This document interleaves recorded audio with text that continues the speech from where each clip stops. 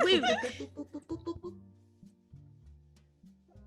Oh my god! So impressive, Nessa. Thank you. Magic. Thank you. I'm well known for my technological expertise. Yeah, definitely. Yep. Hello, everyone. Chad, how is sound, Chad? Is sound good? Is sound sounding good on? How's the audio? How's that sweet, sweet audio? That's sweet, sweet sound. Into your ear holes. Right into your ear holes. Right No. your Put that head sentence holes back out in your here. mouth. Bless you, bless you. Bless Bless you. you. Bless you. Bless you. Zoom I'm tight. sorry, she's just allergic to bullshit. It's fine. Sound is I very am. yes. I'm super allergic to bullshit. Beautiful. I shouldn't have spoken. Oh, that's why you sneeze so much? Got it. Because I'm around you all the time. Yeah. That makes sense. That was what I was getting at without being mean to myself, but yeah, I guess. Sure. Okay. Welcome to the Another Morning in Aelmere Q&A. We have finished yet another arc, and so we are here at the end to answer your questions. We were able to gather questions through Discord for some people, but we also are going to be taking questions from the chat. So if at any point you have a question you want to ask any of us about any of the characters, any of the plot points about D&D, we are more than happy to answer your questions. So first, let's go around just a real quick, in case anyone hasn't been on a stream with us before. Let's please go around and introduce ourselves, but we should probably start with the DM for that. Oh yeah, that was me. I did that. That was you. Yeah. I did that. Crazy. Sorry, I was just vibing. I was just vibing to some jazz. I thought you were looking up like your name. Yeah, I don't remember. I don't remember. Wait, I don't remember anything. Like, oh shit. Hi. I'm Jason. Hi, Jason. Hi, Jason.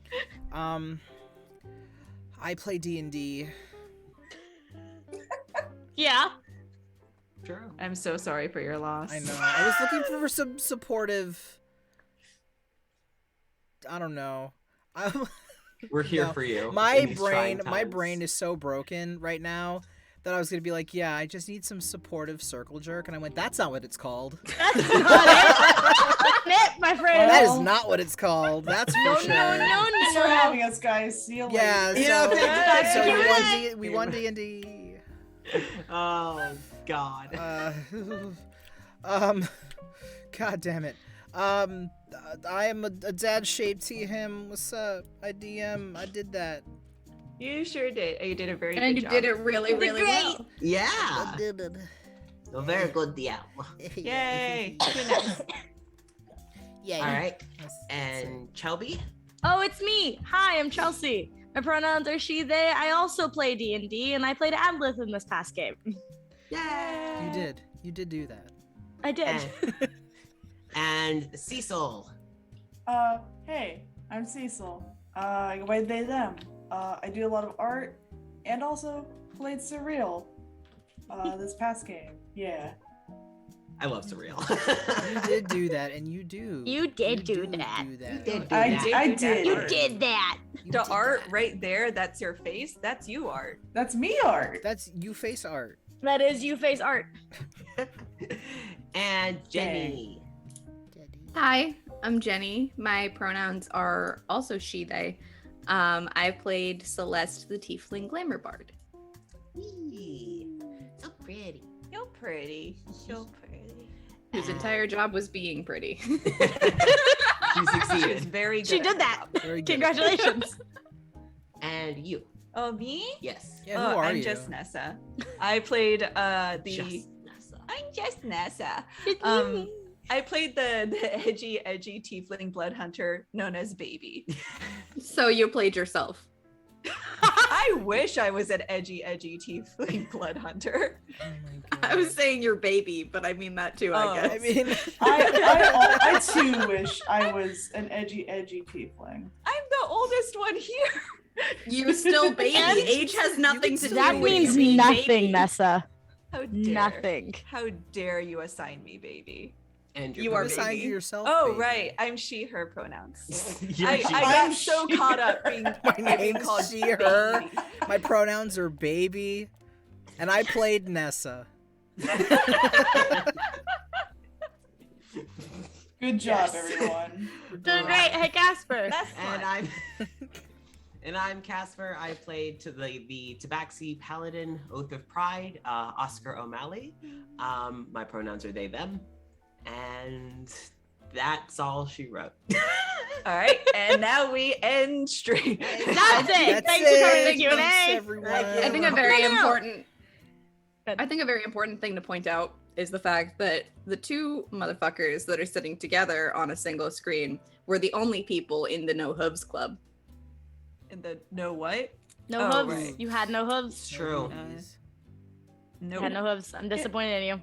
Very It isn't disappointed. determined that Surreal does or does not have hooves. Well, you need to determine that, and it better Surreal you is know the on correct thin answer. fucking ice. You know the correct answer here, Cecil. Oh, well, in that case. What? They muted themselves. I didn't even notice it did that. They were prepared.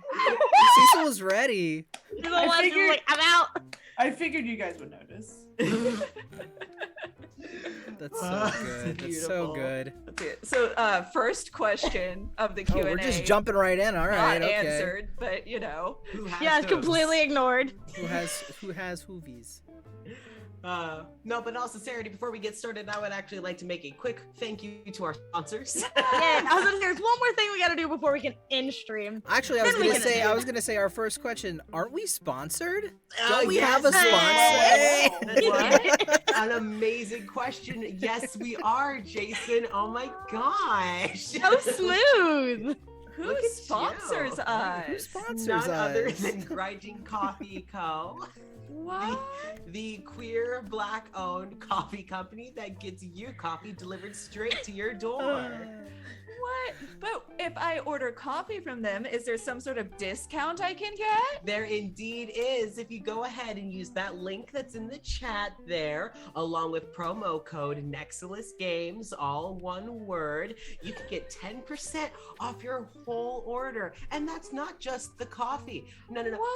Yeah, did you think they only sold coffee? I sure did. Well, you were wrong, my good bitch. They sell more than just coffee.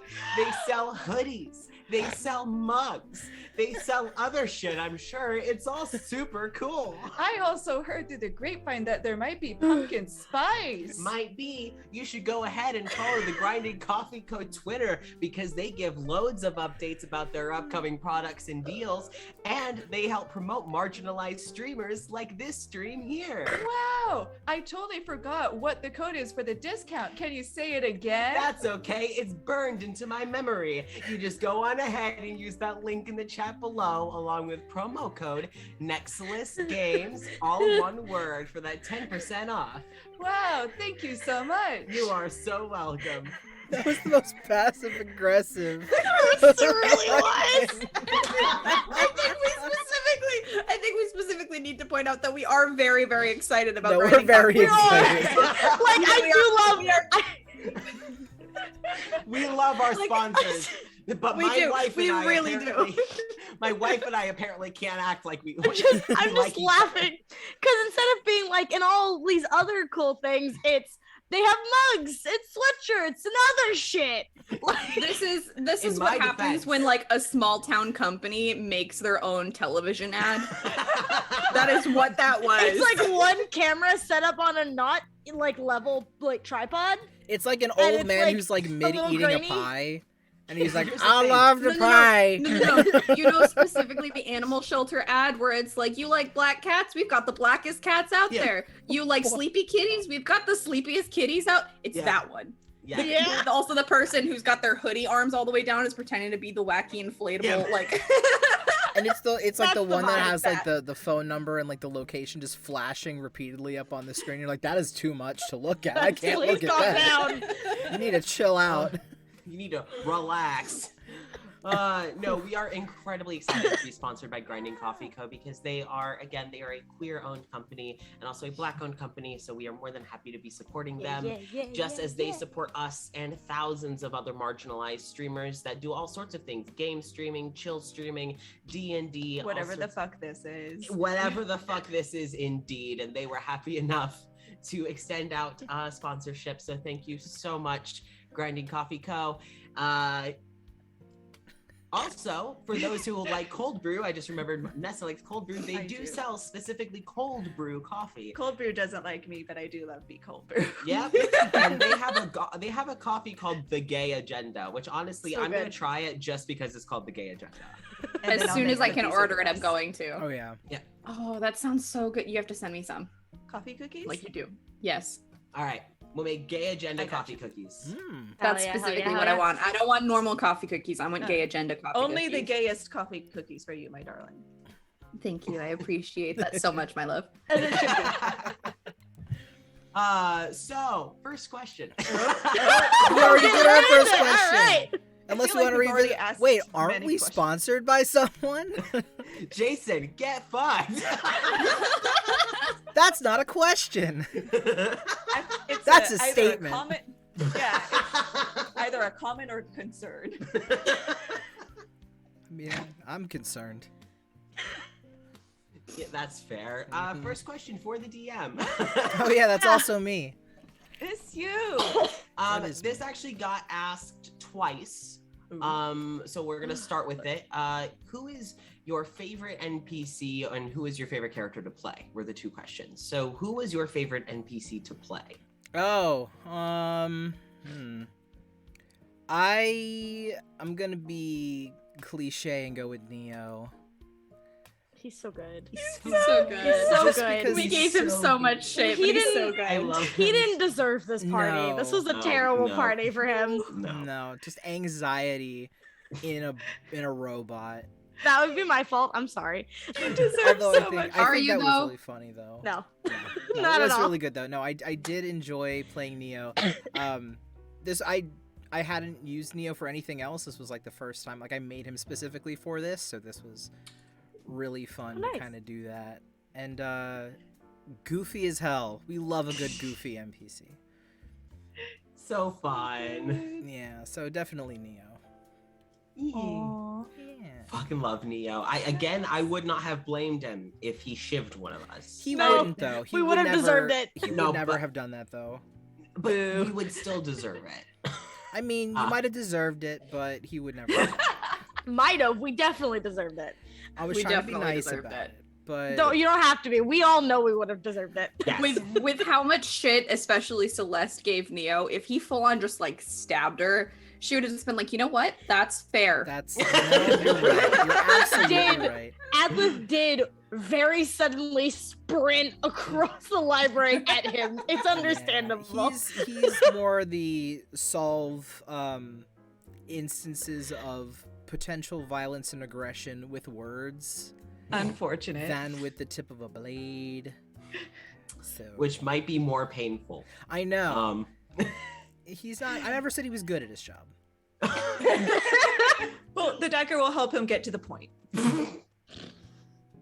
Nessa, so I swear to stupid. God. Get off the stream. That's a Nessa, I swear to God. Nessa, I swan to John. Swanna Johnson. You know what? We're actually gonna have the next question be for the players who our favorite NPCs were. Oh. I didn't think about anything. I never, to be honest with you. Yeah, unfortunately, you have to remember all their names. I'll start because I have a list. So everyone knows I love Neo. I love me a good robot. Give the robot anxiety and I will sell them my soul. Fucking love Neo. I love Jin. If no one could tell, love Really? Jin. Dumb Never little would have fish. guessed. So good. I'm gonna be cliche. I know we only saw him once, but everyone knows I love Magna. He needs Well, to of come course. back. Yeah.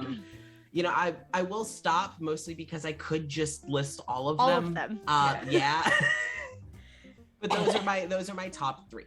But I do love all of them. Very good. Yes.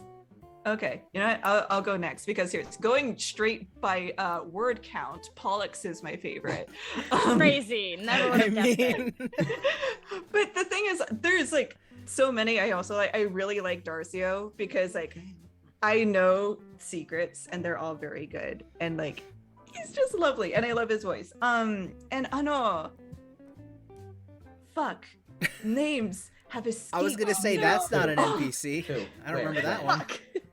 The changeling, Erlen's changeling. Oh, yeah, Isle, yeah. Like we got like just like the briefest bit, but it was just like so interesting. I was like, okay. The worst way possible got the briefest bit. Yeah, through buying. The issue is that flowers. Chelsea and I know more about Yeah. the changeling from separate shit. And I'm like, ah, Tragic. Very tragic. The boy. very fucking tragic. Deserves better. I mean, this is the best they got, unfortunately. That's rude. That's fucking rude, Jason. What else am I supposed to do? Rude. But yes, though to be honest, I could just continue naming more NPCs because they're all really lovely. Yay. Also, Desiree, I love her so much. That's all right. Oh, my sweet, So- sweet old lady. Tragic. Shelby. My turn. So I really like top 3. I for some reason can't remember names. I loved the tavern owners, both of them. Yeah. Barnaby Oh, and John. yeah, John Especially Barnaby. I love Barnaby so much. Little shit. Emily, I adored Emily. Yeah. Little shit. And then Lucy. The cat. Oh yeah. Yes. The cat wasn't meant to be like an No. NPC that we spoke with, but she became one, and I loved her. I feel the best decision we ever like made, just of the group, the best decision ever made was to do Speak with Animals with that cat. Yes. That was such a good idea. Honestly, whew, was not prepared. It's so good. I loved Was it not so much. prepared. That's the DM experience. Yep. Jenny. So I have a lot of favorites. So I'm just gonna list a Really? few of them. Top 3. No, I don't have a top 3. I'm gonna list as many as that are up there. Okay. So Lucy, Emily, of course. The 2 Erlins. Of course, Buck and Violet. I can't not say that. Oh, 'cause That's true. I mean, and then of course, like my absolute favorite, I think everyone can guess, is Gil. Gil. Yep. Really? I never would have guessed that. Wow, I could have Shocking. never. Oh my wow. God. I never saw this Wow. coming. Never. I can go get it. Okay. Oh, This is gonna go get food. and a very, very, very high one, even though we only heard from her once, was Magnus' grandma. Oh yeah. Yes, Magnus' Magna grandma. and Magna's grandma are always in the list. They might not Yeah. get listed, but they're always there. They're like Yeah. above everything else. Magna On and any Granny list. Leave. On any list ever, even if it doesn't pertain to this, any list ever, they're at the top. Yep. The good ones. The good Oh yeah, lists. the good ones. Yes. Because the bad lists, Lorenzo's at the top. Fuck Lorenzo. Lorenzo's Like, not on any Lorenzo list and except Meredith for my are there. goddamn kill list. Lorenzo and Meredith, they're on the top of all of those Yeah, they're lists. up there. I'm gonna be honest, I don't even see Lorenzo being like a palpable villain, so he's not even on any of like the bad lists. The only list that he's on is my goddamn kill list. And The that's shit it. list. He's on the shit list and He's the on kill the, yeah, list. he's and about that's it. ready. He's on the hit list. We're gonna get him. And the hit list, yeah. We're gonna get him. Get him. Get that motherfucker. Cecil, what were your favorite NPCs? I also don't have a top 3, so you're just gonna have to deal with this. Hell yeah. Suck it. Neo, awesome. I love Neo. Neo. I would love to interact with him more for no reason. I love Neo. Magna and his grandma, of course, really cute. Love them. Yeah, the bar owners, I can't remember. Names escape me. Love them. Lucy, the cat, and the rest of that family were really good. I do really like them. I had others. People also mentioned. So the whole them. town. Not the whole town. Oh, I really like Gil. Gil's really fucking cute, and also Very I'm a cute. sucker for dudes with long hair. Hi, thank you for my food. I'll get your drink too. Thank you. Oh, I thought you were Split talking second, about. I thought you were saying. I thought you were talking about guilt too. Thank you for my food. Thank you for my food. I fucking mean, food. though. I'm like, I mean, Feels yeah. nice. Yeah. Tasty treat, more like a whole meal. all That's the Magna characters though. were really good, and I like them all, but those are the ones that stood out. They are fun. Also good. Also good. Okay, where was my list of questions? Okay, next question is going to be for our DM, Jason. Oh, that's God. me again. What inspired the plot for Aelmere? I saw a TikTok a while back. It was the, which book was it? Because I have it. Which one was it? I don't remember. Goodbye. Oh, I'm coming back. I don't remember. Walks off. I'm coming back. It was in the Ravenloft book. Because they were talking about going through it. And in the back, there's like a spot where they talk about like lore and like boogeyman stories and stuff like that. And one of the things listed is the idea to use the story of the Bagman. And the whole thing with the Bagman is like canonical in the book is that there was a party and yeah, here it is. So there was like a party and one of the members of the party was a coward and decided to run away from the party and hide in their bag of holding. And because it kind of does the whole thing where it's like, yeah, people aren't supposed to go into the bag of holding. So it created this adventure into a creature that's really elongated and creepy and undead looking and stuff like that. Nasty. So like in the Nasty story boy. in the book, it says every night the bagman slips out from a random bag of holding. If he doesn't find his home, he drags someone back into the bag with him and leaves behind some trinket from his hidden kingdom of lost junk. So I kind of changed it to be like, instead of dragging people back into the bag, Memories. it's dragging other people's objects. So That's it's really like, cool. so it's like instead of being able to, like, instead of finding his way back, it's instead of finding his items that like That's he really used cool. to own. So finding other people's items and dragging them into the bag, and then kind of having the idea of, I originally wanted to start with like the whole, you play the whole campaign and you don't know who your character is, so you find out as you play. But I was like, that would be a lot to figure out. That's So- a lot Yeah. on your end, yeah. It's a lot Yeah. for somebody who hasn't run something from start to finish. So I kind of Yeah. figured out, okay, you tell me about your characters, and then I'll take something from you that you kind of give me, and I'll kind of work that into your story, as you don't have this memory. So I'll give it to you as we get towards the end. So it was just finding out how to work this idea of the bagman taking stuff into, okay, how does the magic work? How does the memory magic work? Is there anything already existing in D&D canon that's involved with magic? Or is it something that needs to be homebrewed and just come up with as like a story element that doesn't have any actual D&D canon basis, and it's more just for flavor text? So it's a little bit of something that already exists, but also a lot of kind of shifting what already exists into something story driven for this town. So yeah. That's super cool. I always think it's fun getting like just like the ideas that you can find while scrolling through social media.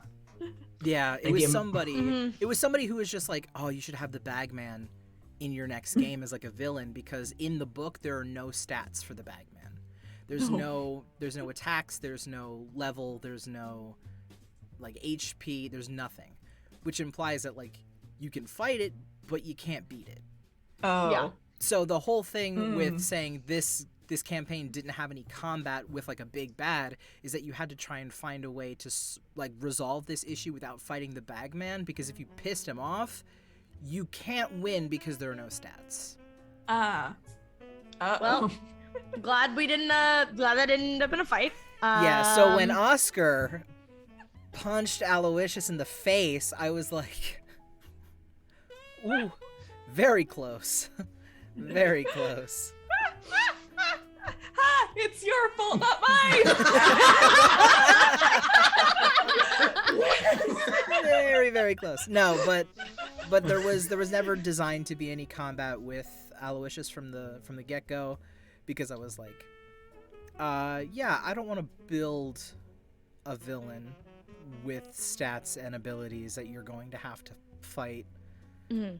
So it was just putting a lot of time and energy into the mystery of trying to figure out how to corral you all to solve a puzzle that involved, like, I don't know, just kind of picking apart the pieces of the story to kind of get to this end game where you kind of understood the makeup of the town's history. Mhm. Yeah. It's really fucking cool. Yeah. Yeah. Yeah. And it was a That's lot of fucking fun. cool. Yeah. I really did like have to like being forced to be creative in finding out how we're going to resolve the issue. And like one of my favorite things is the fact that like we could give you a character and you're like, okay, I'm now going to help fill in some of that character's story that you're going to discover later. Like that's something that I had looked forward to the entire campaign and just paid Oh off yeah. really well. No, I was really excited for that too. This is it was really cool. You were really cool. Yeah. Nessa stares at the Fishiki photo like twice a day. My brother. Oh, Celdis. Oh, sell this. Oh, Celdis. My heart. So a question for players. Next one is going to be, what's something that you, the player, wanted to do, but it didn't fit for the character to do? Do you want to start?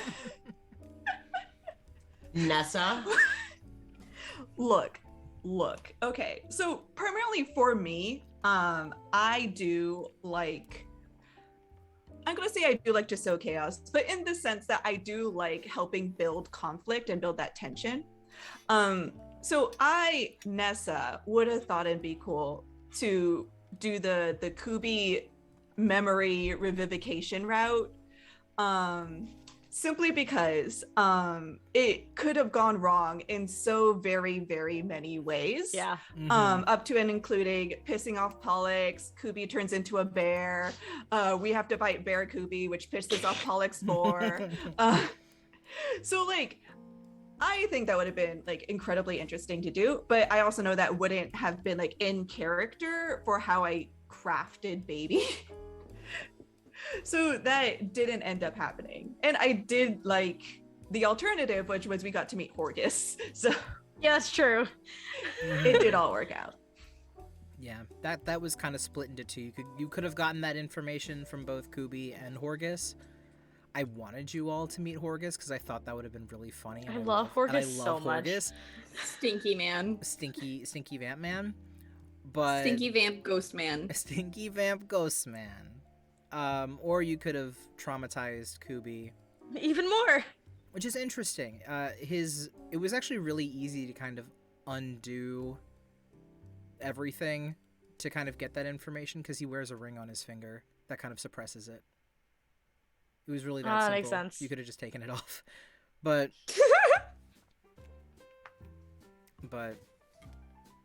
I mean, Well, that you had fun with Horgus, and that's I what love counts. Horgus. That's what counts.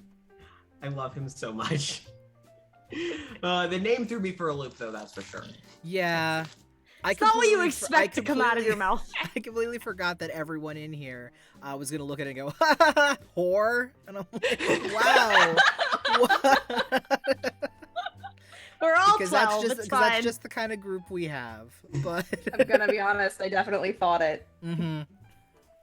We all did. I'm gonna be honest with you. Which some of you not as much, because I just remember hearing a whore. Like, no. No. No. Hold on. Stop it. No. Calm down. Rewind. Hold on. Something's happening. Oh. We ordered food and we're trying to figure it out. Oh. Oh. I love the fact that like the stream has this cool like this chill jazz in Anyway. the background. It's like, oh, we're trying to figure out dinner, and it's just like Mysterious figure stood in the doorway. That was But- Cecil yesterday, just standing in the doorway in a blanket, just Yeah. and then turning around and just walking away. Chelsea, do you have anything with Adelith?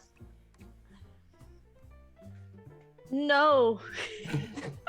Because really and truly, like, with how she was, anything could have worked. Anything could have happened. Like, she was fine with doing anything. Like, oh, we're not doing this? Okay. She was very much, like, Luna Lovegood-esque in that way of just, like, rolling with the punches. Like, all right, what's next? So not that I can think of currently. That's fair.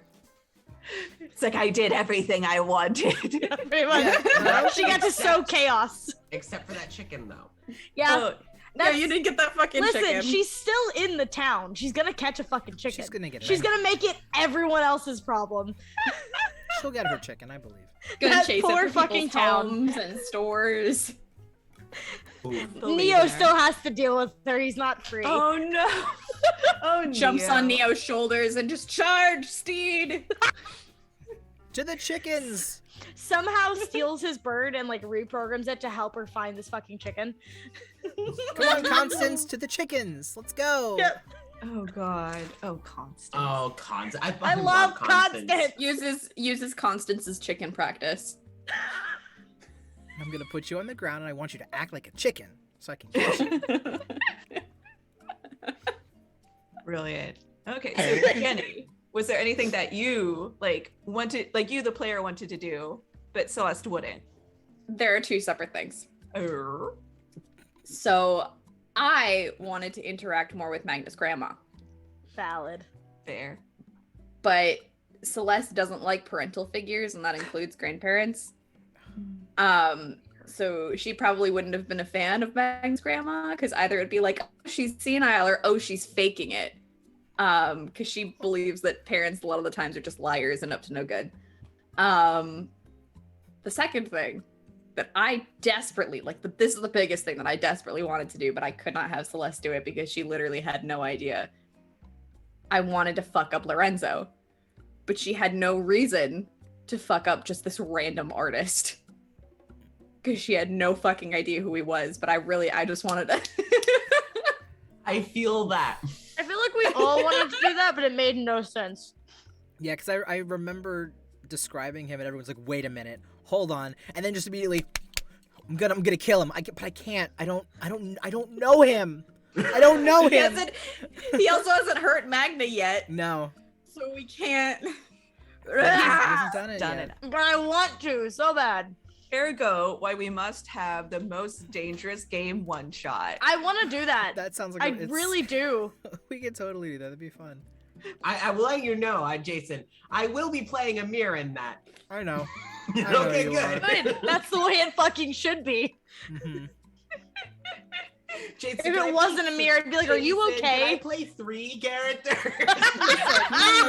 Listen. During that game, Lorenzo's just gonna be working on a fucking sculpture and shit, like just continuing to do what he And all of normally does. Nexilis is And just then gonna all of show a up. sudden, there's just this fucking trumpeting noise. This massive dinosaur-esque bird comes like rushing out of the goddamn forest, It's followed like that by a scene baker. It's that scene in Infinity War where like all of the fucking people the go to all the reinforcements different get called in and they dimensions. just so.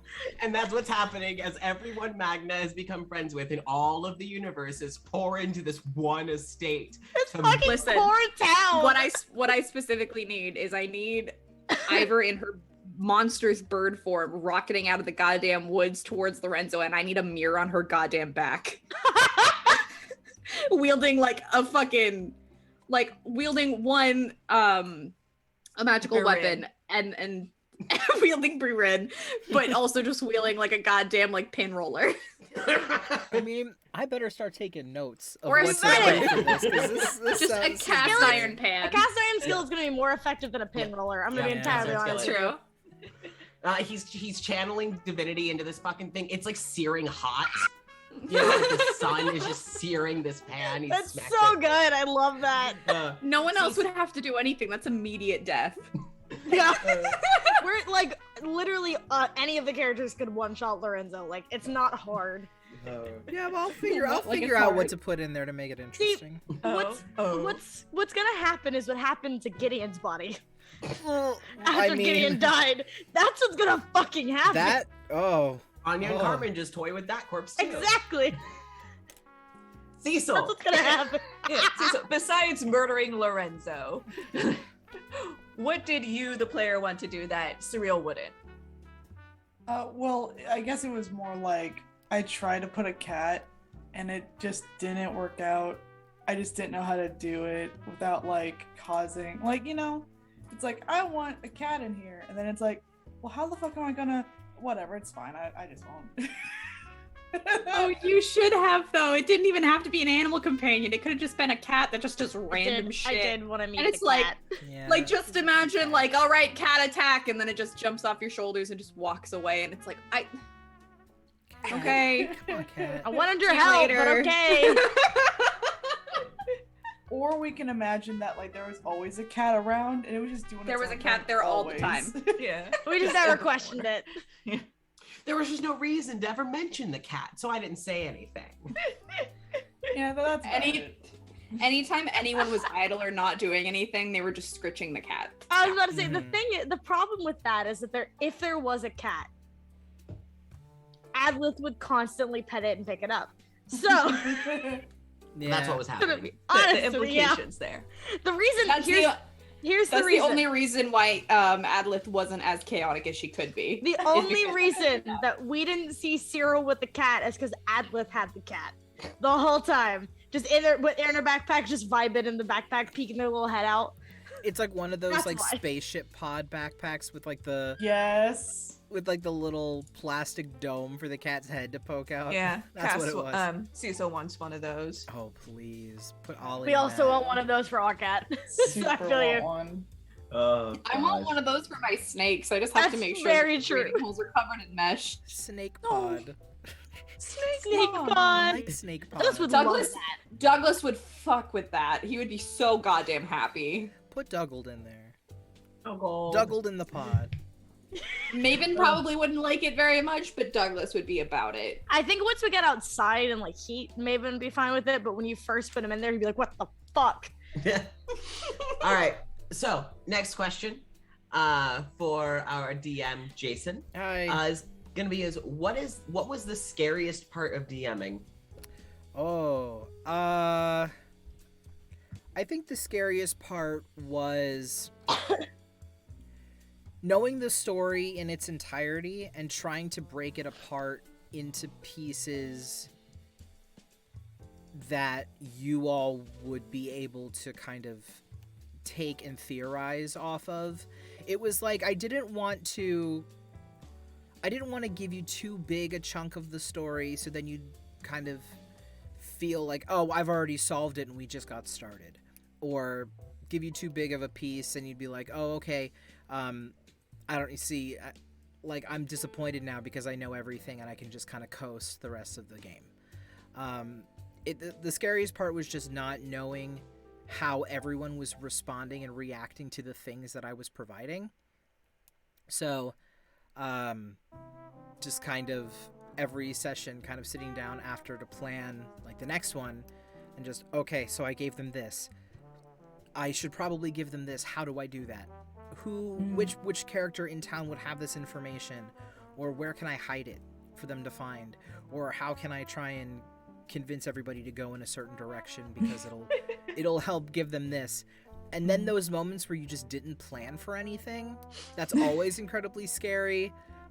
So like, I'm gonna talk to Lucy. What does Lucy sound like? Well, Lucy wasn't supposed to talk, so I have no idea. Or just, okay, so the woman who sold the bag, is she still around? I guess she is now.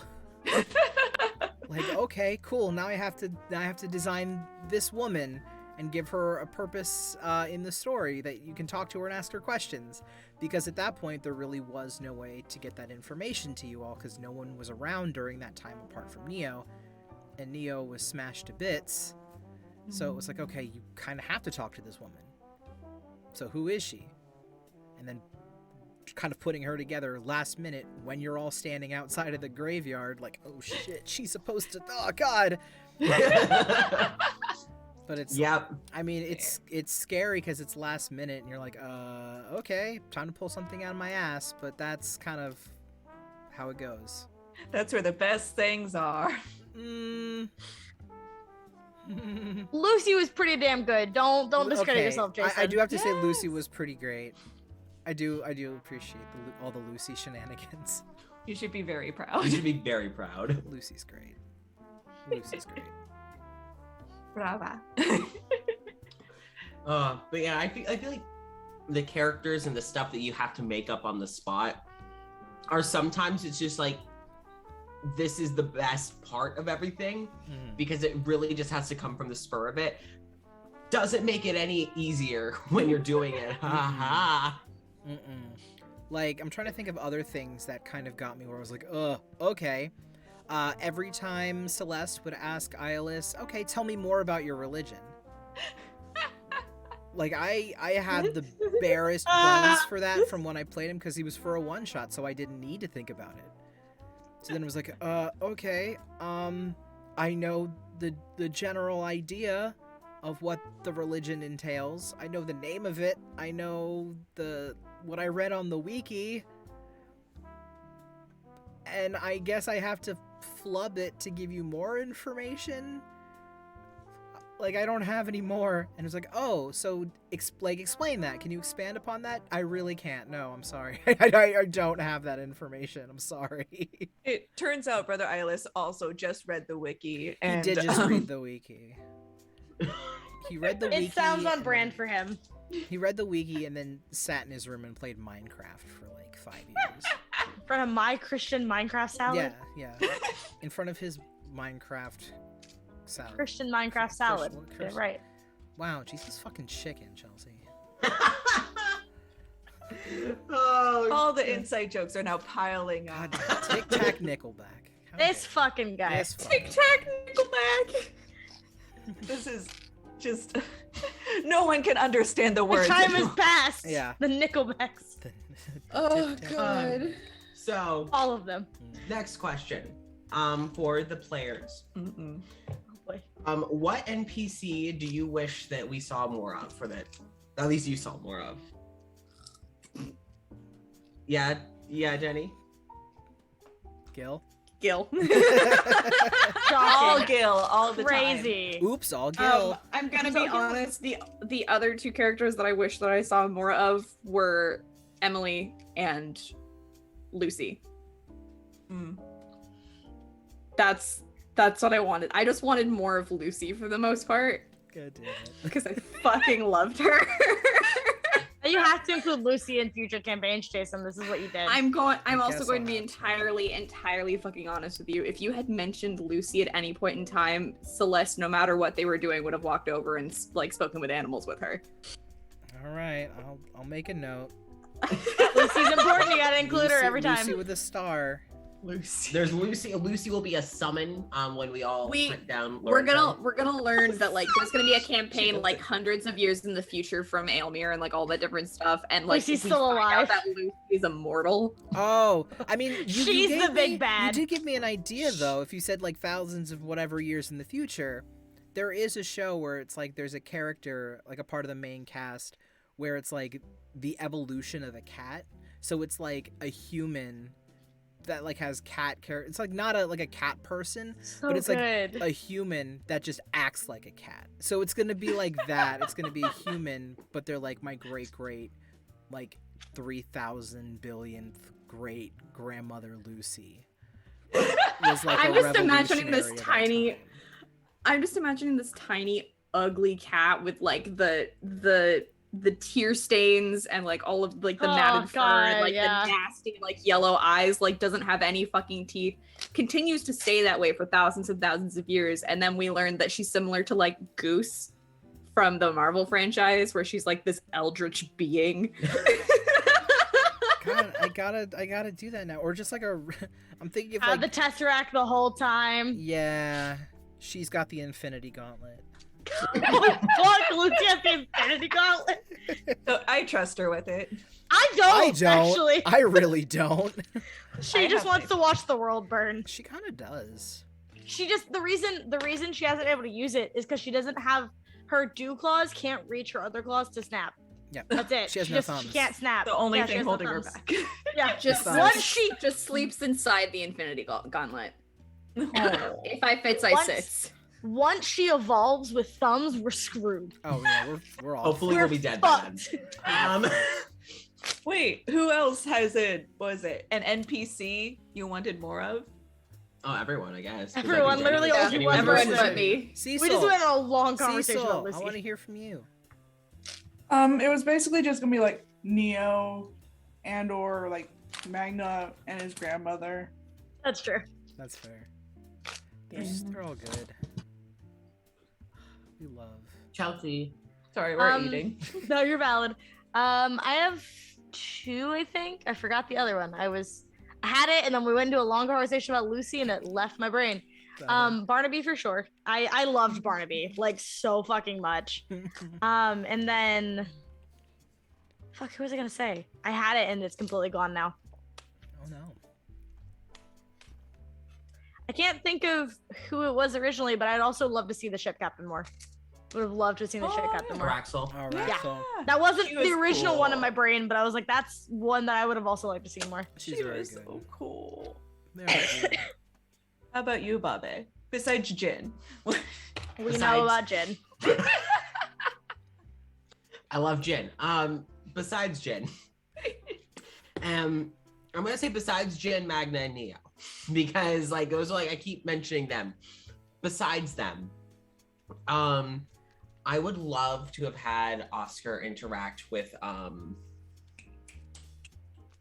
in the observatory. Oh, Darcio. Darcio. I really would love to have had Oscar interact with Darcio because I think that could have been really nice. That is so cute. I mean, who knows? Oscar might have found out more of his secrets.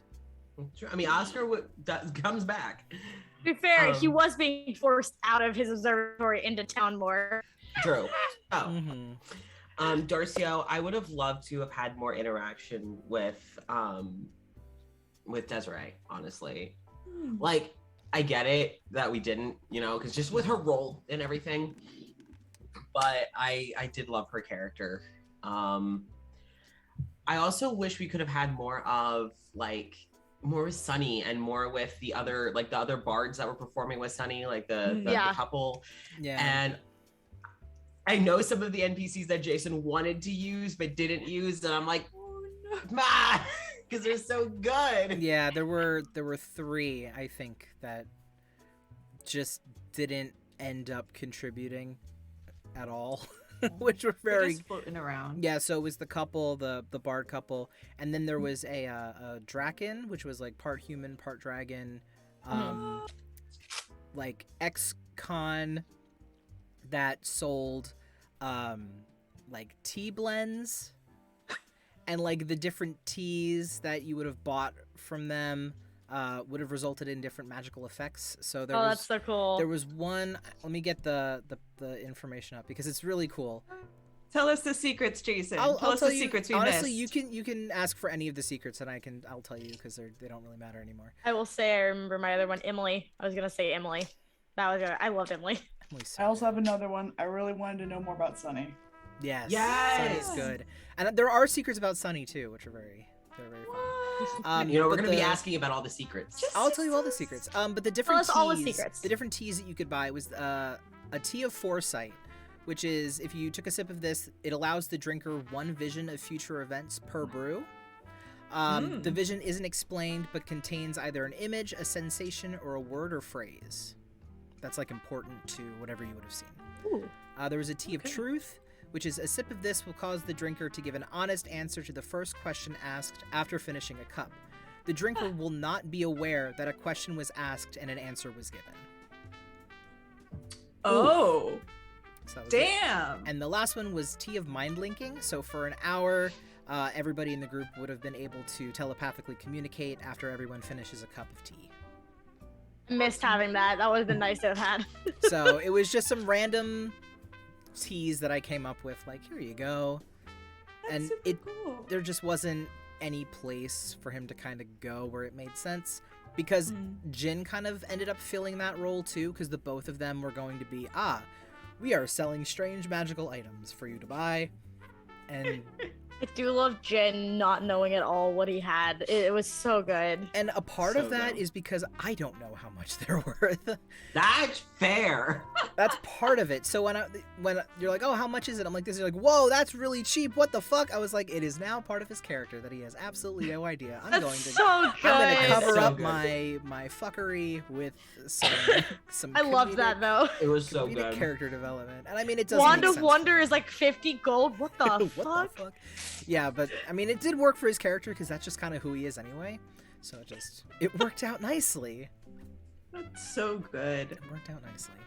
But I do have all of the characters have like little bits of secrets and stuff that I've written down, which are very good. Secrets. Well, is there any secret in particular? I love the clappy grabby hands. ASMR with the clappy hands. I mean, if anyone... Read them on down the line. Read 'em all- we can't do all of them. We don't have enough time for all of them. But if there's anything in particular, or any character that you're like, do they have a secret? Oh, I wanted to know more about Ovaltine, about what's his face. Like, Ovaltine? Who the fuck is Ovaltine? Do you mean the The- Witcher? yeah, the the Witcher Monster Hunter character? dude that we Avitas? saw like briefly. Ovaltine. Ovaltine. Whatever his name is, we met him once. Okay. She did write in her notes for the Ovaltine? character. His name is Oh, Ovaltine. I remember distinctly Jesus. her saying that. Most of the secrets for him specifically is that he is a Witcher that is called in to investigate whatever this creature might have been. So he had a little bit more knowledge of the fact that yes, it is a creature. Yes, it is something that I may or may not have seen before. And we did his job for him.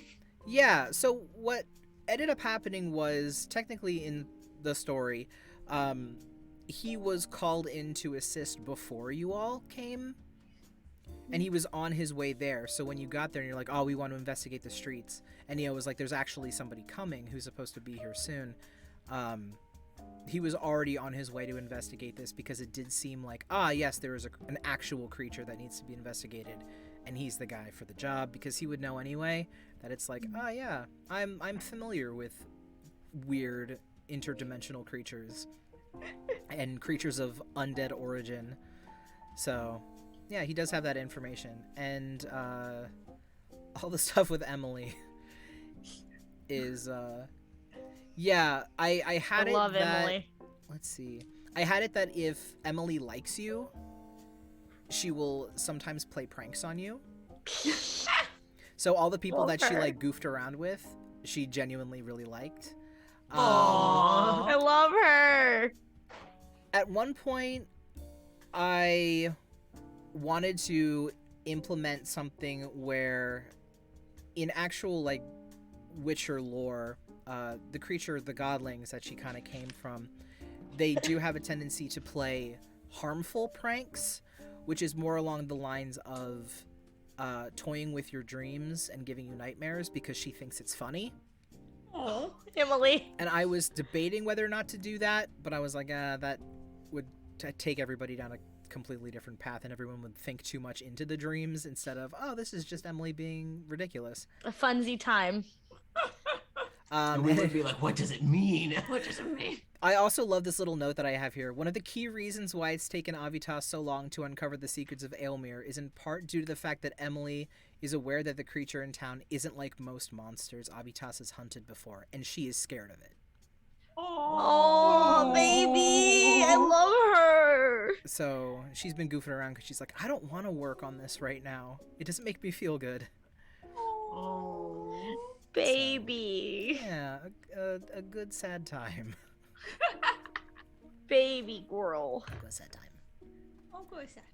Oh. I remember when the first time you said the drawing over, the first thing I could just think is just, wow, you did really good on his hair. He has really nice hair. Avitas has really nice hair. It's very Like, soft.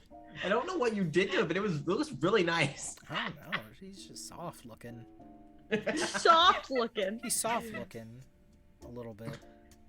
trying to think of what else would be interesting.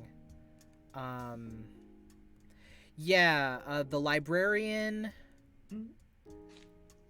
I did write that the librarian is superstitious. So if he had stuck around in the library more, he does lock the library door every day and waits until sunrise to unlock it again. I love him. He covers mirrors and or turns them away from himself at night. Me too. I feel it. And Feel he it. just doesn't walk under ladders. Oh, buddy. And it's also, like, the campaign that he came from, he was part of a fantasy Power Ranger group. Oh, He was the Purple Power Ranger. That's so Love good. him. Oh, that's so good. One of the other... so Sonny's main thing was that Horgus was his arm. Yeah.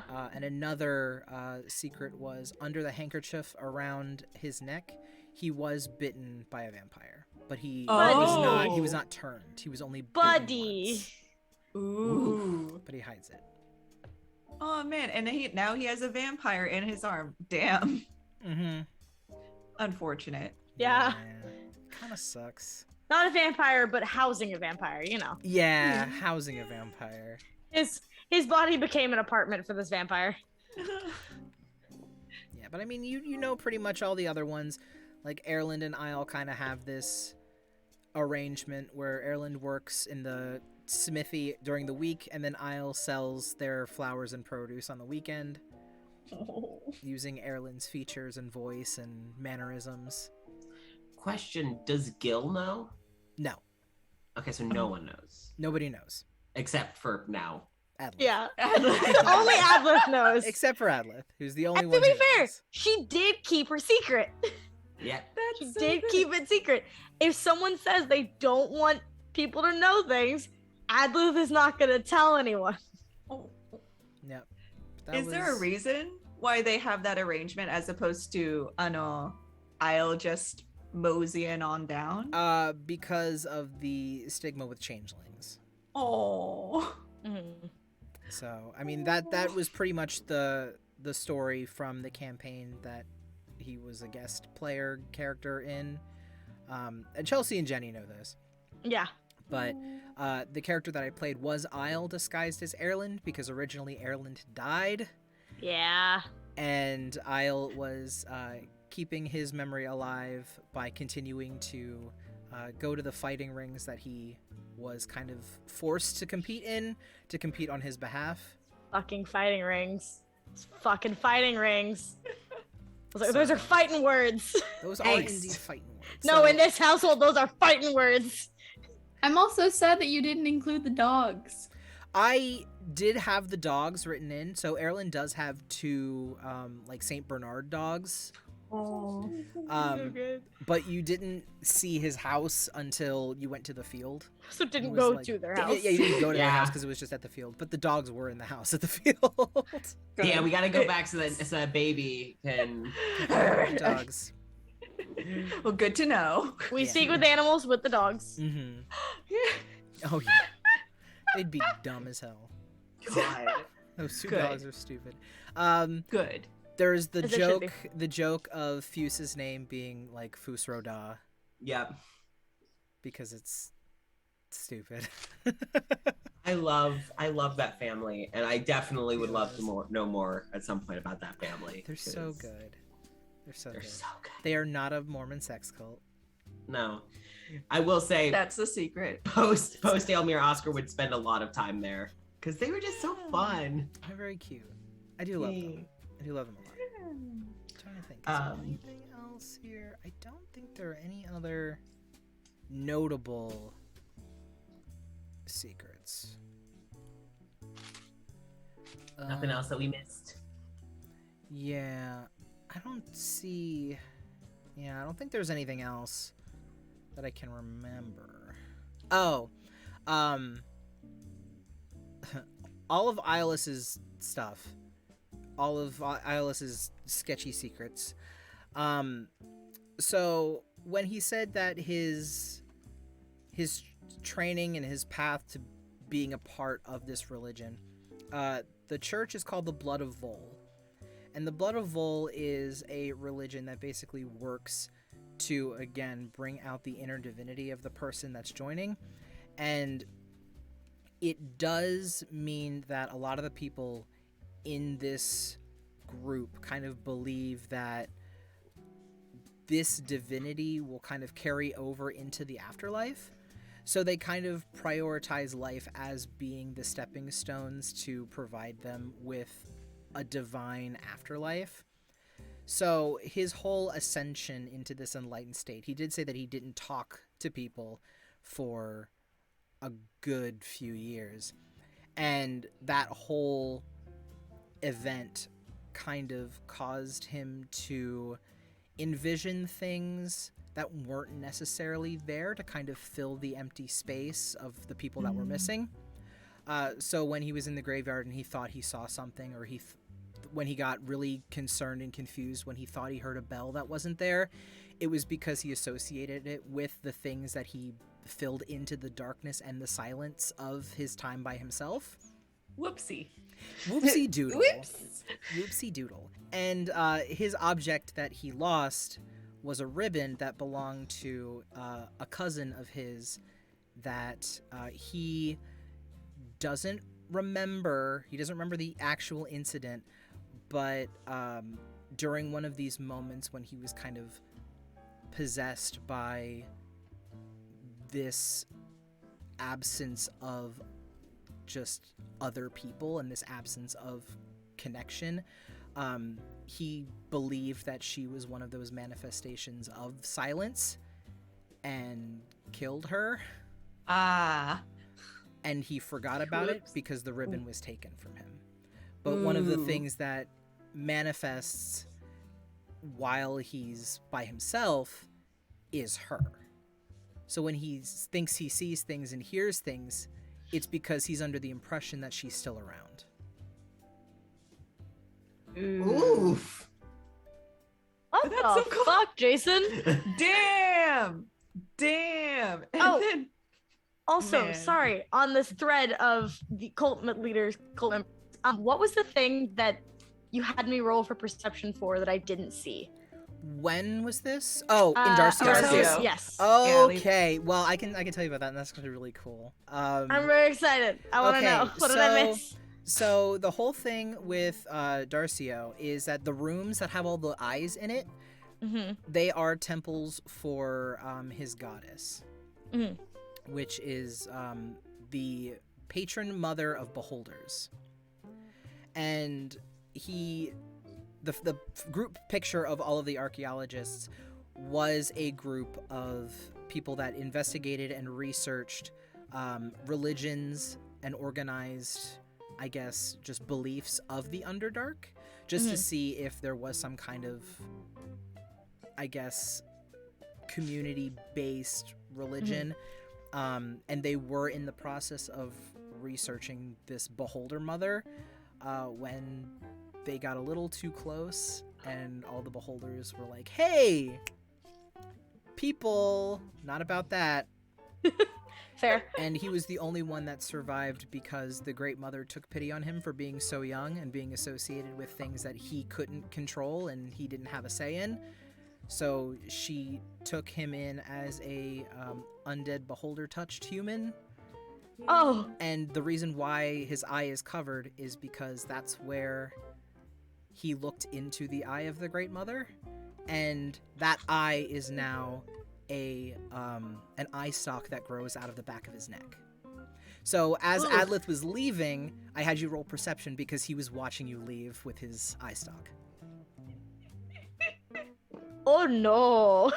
No. Yeah, Oh he was, no. and the reason why he's so nervous about going into town and talking to other people is because those rooms in the church, and there's one in his observatory, which is why he was like, coming into my house? Get out of not my great." house. Yeah. Is because every day he has to report back to the Great Mother in prayer to tell her things that he's seen, things that he's experienced, people that he's met, because she wants to know about human society so that one day she can take it over. Fair. Yeah. So the reason why he's like, don't tell anybody, like, because he won't tell her about you. Oh. To keep you safe. and to keep Celeste safe because they knew too much. Yeah. So he is a little sketchy because it's like, this is a very chaotic deity, but also I don't want anyone to get hurt, so I'm gonna stay as far away from people as possible. Which Nessa and I have talked about this, and Darcio and Mikhail would be very good friends. Yeah, understandably, yeah. Very good friends. Yes, the unlucky chosen ones and harbingers of destruction. Mm-hmm. You know, as you do. Yeah. As you do. Yeah. But, yeah. So what that tells me is later on in the Nexus line of games, eventually we're gonna have to deal with an army of beholders, is what I'm hearing. No, not exactly. It's Not it's if you're more- lucky. I was gonna say you're more likely to deal with Mikhail's cultists. That's than, very true, than yeah. Darcio's beholders. That's Yeah. very true, yeah. Yeah, Damn. I did map out all of like Mikhail's shit. And did give it to Cass for use Oh no. whenever. That's dangerous. No. God damn it. No. Stop it. Why would you do that? I just have it here. I'm like, I'm not using Funsies. it. I don't like that. That's horrifying. Funsies. That's horrifying. God. Oh, okay. That was fun because like, there was a lot of characters I wanted to know more about, but we just didn't get to talk to them or Yeah. didn't get to meet I'm them. curious because I don't feel like he did, but did Gil have any secrets? Did Gil have any? Let me double check. Let's find out. Yeah, let me double check his great little. secret is he has a crush. I love Shusho's just, I'm scared in the chat. No, Gil doesn't have any secrets. I figured not. I was like, if he had any secrets, he wouldn't be able to keep them for long. It doesn't seem like. No. I did. I don't flip see him being a his- very good liar. I did flip his character personality a full 180 because originally he was supposed to be very confident, and because when I originally played him, that's how. Confident Gil? Yeah, originally he was supposed to be this big, confident, like, flirt of everyone's beautiful. I want to get to know everyone because people are so interesting to me. And then I was like, It still would have been really cute if, like, he was super confident with literally everyone else.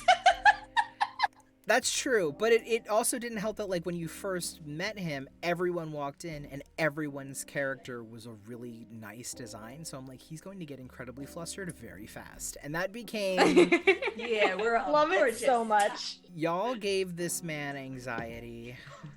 Yay! Oh no. We gave You him know what you perfectly did, good you did. blacksmith And that anxiety. good queer panic. Just, As it should be. but I mean, I like it. I think it works for him now, which is very fun. Yeah.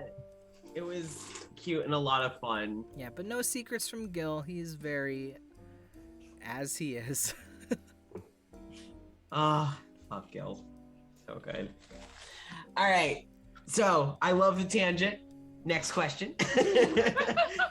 I do not know how to transition from question to question, so I'm just doing I'm it. just doing it. The last question was for players, right? Yeah, Or was it for D? because Okay. it was NPCs that we Right. wanted to meet. So, next question is for Jason. What is your favorite part of DMing? Ooh. I think my favorite part specifically for this was taking characters that I hadn't thought about or done anything with in like upwards of 5-6 years and give them a purpose in a society, like in a community, in a little town, and just saying like, you know, if I could hire you for something, what would you do? Like, where would you work? What would your role be in this town? And then kind of using that to build the story, like, okay, because they would work here, they would know this. And just kind of thinking of, it's really funny that it's like this character from this campaign is like serving beer to this person from my most recent campaign. So they get to interact a little bit, which I think is really cute. And just, oh, this character from a one-shot didn't get to do anything, but is now like has like animosity towards this character from this one shot because of this reason. And it's really funny to kind of consider and think about how they would interact with one another in this environment. which I had never thought about before because they were all so very isolated. Like, okay, this campaign had this vibe, so that's what that character is built for. But now it's like, okay, now they're in a community with a bunch of different people with all kinds of different vibes. How do we make it uniform? Yeah. And that was one of the best parts, I think, of like that first like session prep leading up to like session 1 was just writing everybody down and getting everyone's character sheets. I'm like, oh, like I'm redoing all of their art in the same style, so they're all together now in one place, which was very fun. Yeah. Yeah. Honestly, you drawing them all and having all that artwork was one of my favorite things. It's like, you're like, okay, here's this character and this is what they look like, and we're like, ooh. So good. Yeah, I do love all of them and going through, and a lot of the like designs were updated and changed a little bit because like I hadn't drawn them for so long, so now having them kind of redone and updated was very fun. Yeah. Y'all look so good. Yes. Yeah. So many. So many. So, next question for players is, what was your guess to the mystery of Aelmere? So, like, did any of the players have any theories, like, as the game was going up, like, what the hell was going on? Fadial. That was my first thought, was it was some kind of Fadial. Flat out, like it was.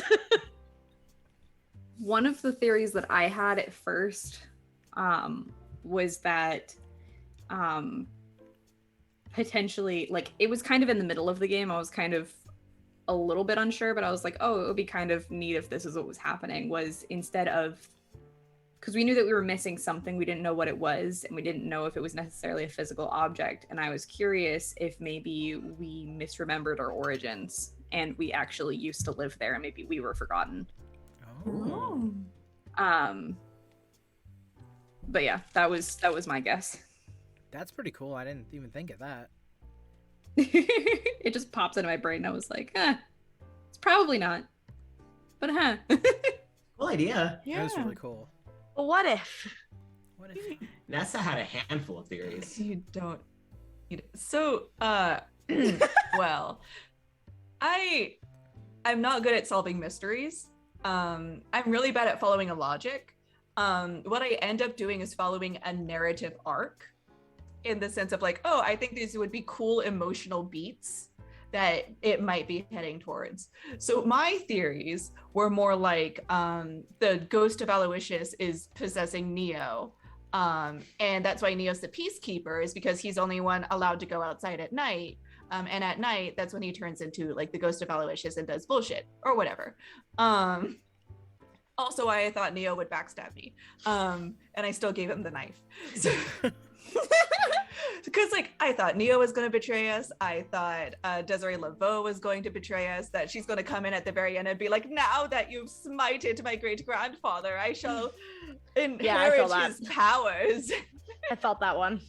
Yeah. I also thought the statue of Lorenzo was going to come to life. Not statue of Lorenzo, statue of Aloysius, built by Lorenzo, was going to come to life and just like murder us. That would be something that would happen with a statue from Lorenzo, so that makes sense. Yeah.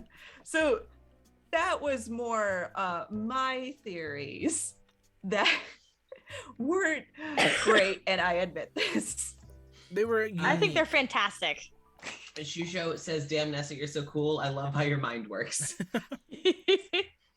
Really? I love when you were telling me them the one time and you're like, oh yeah, no, Neo's gonna stab us in the back. I'm like, no. And you're like, no, Neo's gonna do it. I'm like, no, actually.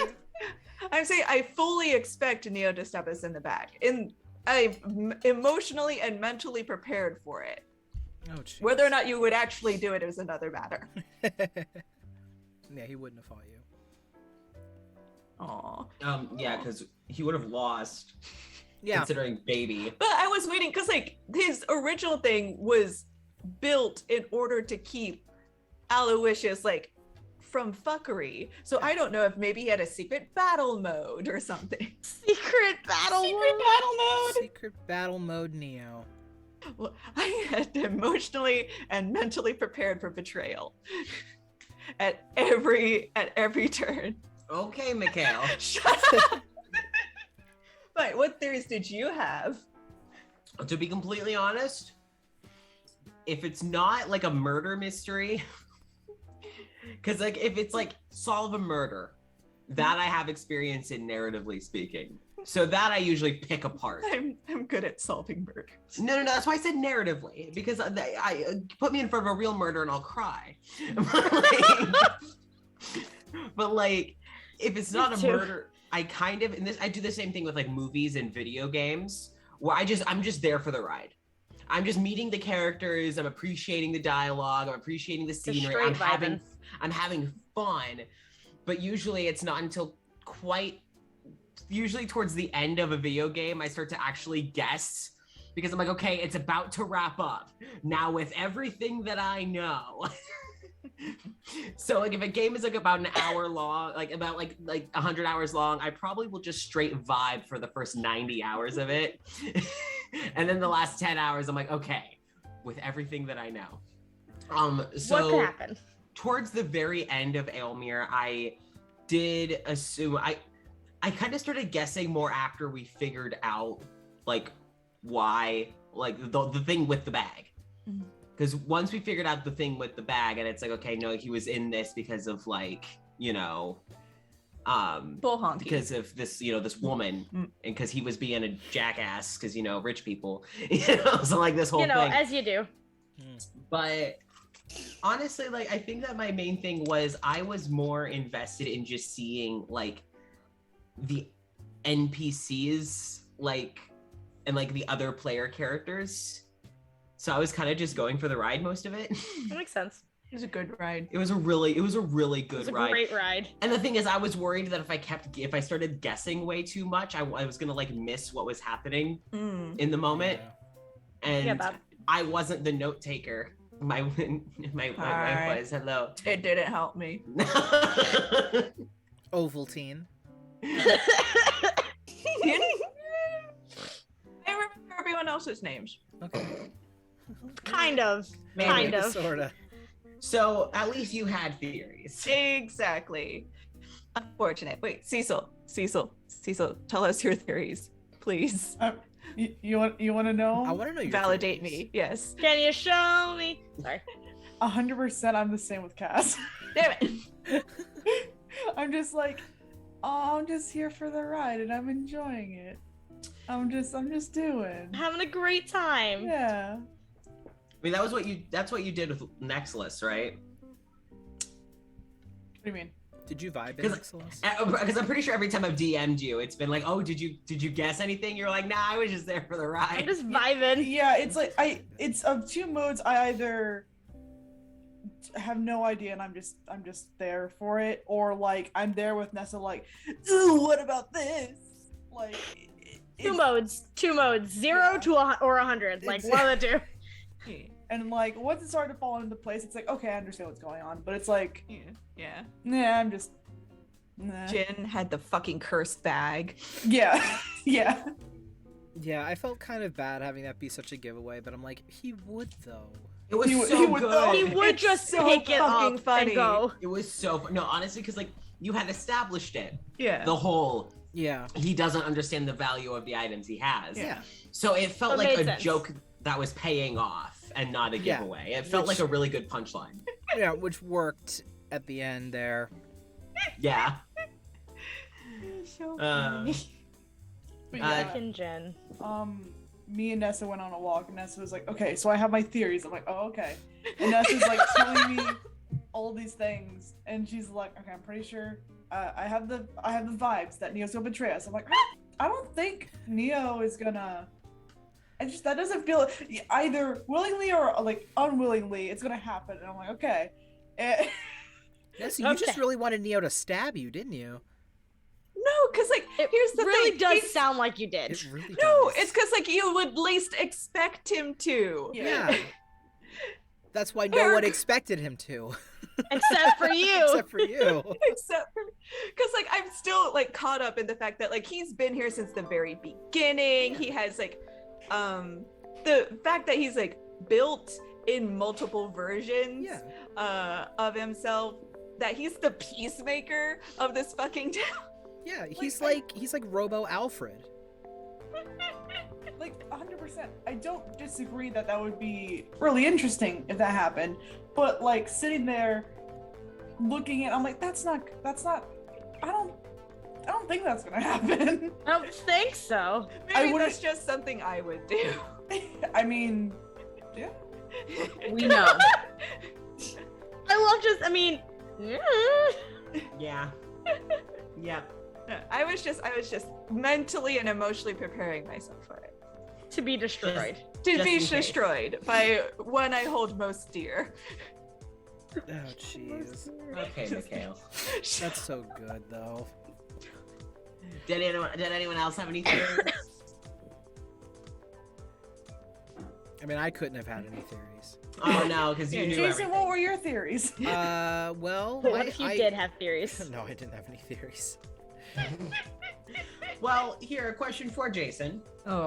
Is what's the most surprising thing that the players did? Smiting a door, Casper, not taking the stairs that were just.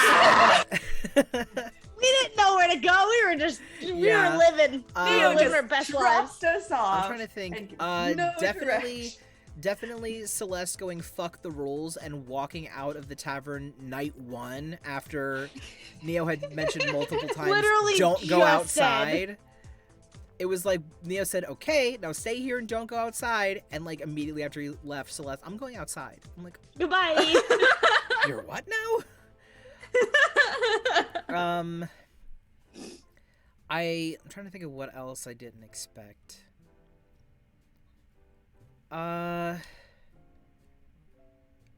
Us talking to Lucy. Well, yeah, that's the big That was one. obvious. That was the biggest one, was everyone wanting to talk to the cat. You gave You us a should have known cat. better. I know, I You should've. gave us a cat with the majority of spellcasters in the party. That's true. You gave us an old, nasty-looking cat. Of course, we're gonna. I want to fucking try know what talk she to it. says. That's Also, fair. I just realized I never actually said Atlas was a sorcerer. Yeah, Specifically a clockwork origin sorcerer. So Yeah. the clocks in her eyes were from like a little bit of flavor text for the actual class. yeah. subclass. Fun fact, Chelsea. When you said that she was a sorcerer of the Clockwork Soul, I had to change Desiree because she was a sorcerer of the Clockwork Soul. So I had to remake Desiree's character sheet. No, I was like, no, you've already committed. I was like, I'm gonna. I liked the flavor of that class, and I also liked some of the features. I changed Desiree's entire character because you were like, oh, I think I'm thinking of going with Clockwork Soul. I'm like, well, Desiree's an artificer now. The thing is, like, I was gonna make a completely different character idea, but I was like, no, we already have these in our party. So I was like, you know what? I'm gonna go sorcerer. I haven't played sorcerer, and I was like, this is a cool subclass. Yeah. Which was weird because then everyone was like, oh, Desiree, how did you get us here? Like, that's weird. How'd you use magic to get us here? I'm like, I don't know. How did she get you here? I used to have an answer, but not there anymore. there was an answer, and now it's just, I don't know, magic, I guess. good. I'm just that fancy, I guess. Like, So fucking funny. Good scrubs. I know Dimension Dawn. I can do it a billion times. What, like it's hard? What was that? It's, what, like it's hard? Like it's hard. That's Yeah. so fucking But the funny. minute I saw dude. that, I was like, "Oop," because it was interesting because I'd already made Desiree's character sheet when you said Clockwork Soul, and I'm like, oh, okay. So then I just deleted her character sheet and remade it. And I made it the session before you went to her house Oh shit. because I didn't know what her class was until you all got to her house. Oh shit! And I think at that point, Neo also didn't have a class. So His Neo class also is Butler. It's well, Get her Butler fucking class. right. No, he's. Paladin? I Is he Paladin? think he might be a Monster Hunter rogue. Oh, What? That's cool. I believe he's a Monster Hunter rogue. Let me double. So the dagger, he's proficient in daggers. Yeah, he just doesn't want You it. gave him the right He weapon. just doesn't want it. No, he's. Oh no, sorry. want it. He's a ranger. He's a Gloomstalker ranger. Oh, Gloomstalker Rangers are so cool. Yep, he's a Gloomstalker ranger. So he's got like a bunch of like additional things for like assisted dark vision, different kinds of terrains he can traverse through. He's good with like Underdark type creatures. Ooh. He's able to sense creatures in different directions and stuff like that. And he's Is he the is he the standard ranger or is he the UA ranger? I don't remember. I kind of built it off of the stuff on 5e tools. Okay. So that might be UA. I'm not entirely sure. I think both are on there, so I don't know. I went with one of them. And then I know Desiree is... I know she's some variant of Artificer. I forgot to write it down because I made her in a hurry. But a lot of the things that she can do that's really cool, like her additional like feats and abilities, is she has magical tinkering abilities. She can infuse items with things. So one of the things that I chose for her was Homunculus Servant, which is she was the one who created Constance because it was an animal creature. Is she by chance Maverick? I don't remember what it was. It kind of sounds like what I used for Hitchwire. So I was like, oh my god, are her and Hitchwire like the same type of artificer? Oh jeez. I don't Oh know. Jesus. Well, she Oh, also no. has, I think it might have been, it's something with like companion something, because it does say you have a robotic combat companion. Yeah, that was Uspi. Okay, hers would have either been Neo, who ended up becoming his own character, or Constance. Is it Battlesmith, maybe? It might have been Battlesmith. Oh. Because they're accompanied by a Steel Defender, protective companion of their own creation. Yep, so I think that's the one that I picked for her, because that was Neo. Aw. Yeah, which is So very protective. cool. Very cool. Which So I- non-confrontational. Yeah, right? I mean, she was in the house, that's why she Such had a him. cool class. He's such a nerd. I love him. Oh, so you use the UA Artificer. Sorry, I'm looking through Artificer now. Yeah, if it's on 5e tools, that's where I found it. Most everything is on 5e tools, to Well, be yeah. fair. Yeah, that's true. But yeah, so just to kind of summarize what it is, Cass knows Artificer class is way more than I do, but it's like a creative kind of building class to. I don't know, how would you describe It's fun. it? It's a fun class. Yeah, artificers are like, they're the tinkerers, they're the inventors. Mhm. So a lot of people tend to, and me included, go for like kind of the usually like kind of like a mad sciencey route, so like kind of the eccentric inventors. But there's so many ways that you can play an artificer. They're usually just inventors and building and making things. They're the so- non-magic answer to like wizards. Yeah. Yeah. So Desiree's whole thing is that her artificer abilities is that she can create like robots and homunculi, which is like magical infused animal figures. And so that's really fucking cool. That's where Neo and Constance came from, because she could tinker with Neo and she knows how to fix him when he gets broken. And Constance is her first attempt at learning to create homunculi. So, yeah. So cool. Love Constance. I loved Neo I and adore Constance. Constance. That dynamic was hilarious. Just the bird trying to play dice games while smacking her face into the desk repeatedly. She's trying her best, all right? She So hard. she really is. Oh She's trying. She's trying. She deserves an upgrade after all these years. Yeah, It's true. but this is I think that this worked much better for Desiree's story, so I guess in the end picking Clockwork Soul for Adlith kind of worked out. So, I mean it was a last minute like, oh, I got to scrap that real fast. Oh fuck! Like, oh shit, and then just kind of scrambling to find something that worked. But I mean, we're fine. We got it. It worked out. It worked out. It's fine. And another question for players would be, did your character evolve in ways that you didn't expect? Chelsea looks like there's kind of an idea on the tip of her tongue. So Yeah. we'll start with them. Yeah. She wasn't. I had a very loose idea of what I wanted for her. I didn't expect her to go fully Luna Lovegood.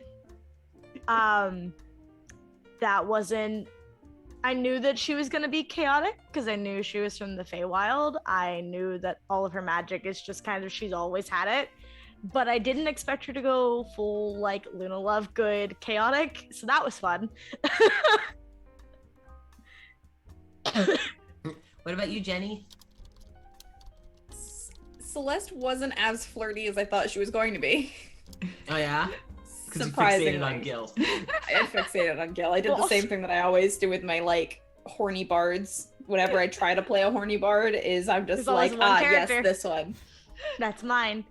I will say also. Because he was goofy and stupid, and I loved him, and I was like, fuck. Oopsie. I will say also, what did you tell me was gonna happen with Celeste before we started this campaign? Something. I don't remember. You said that she was gonna be Demi. Oh yeah. Yeah, she That was. didn't happen. She was initially going to be Demi, and then I was like, no, never mind. We met Gil and she's like, fuck that. Out the window. More gray ace. And Cecil, what about Surreal?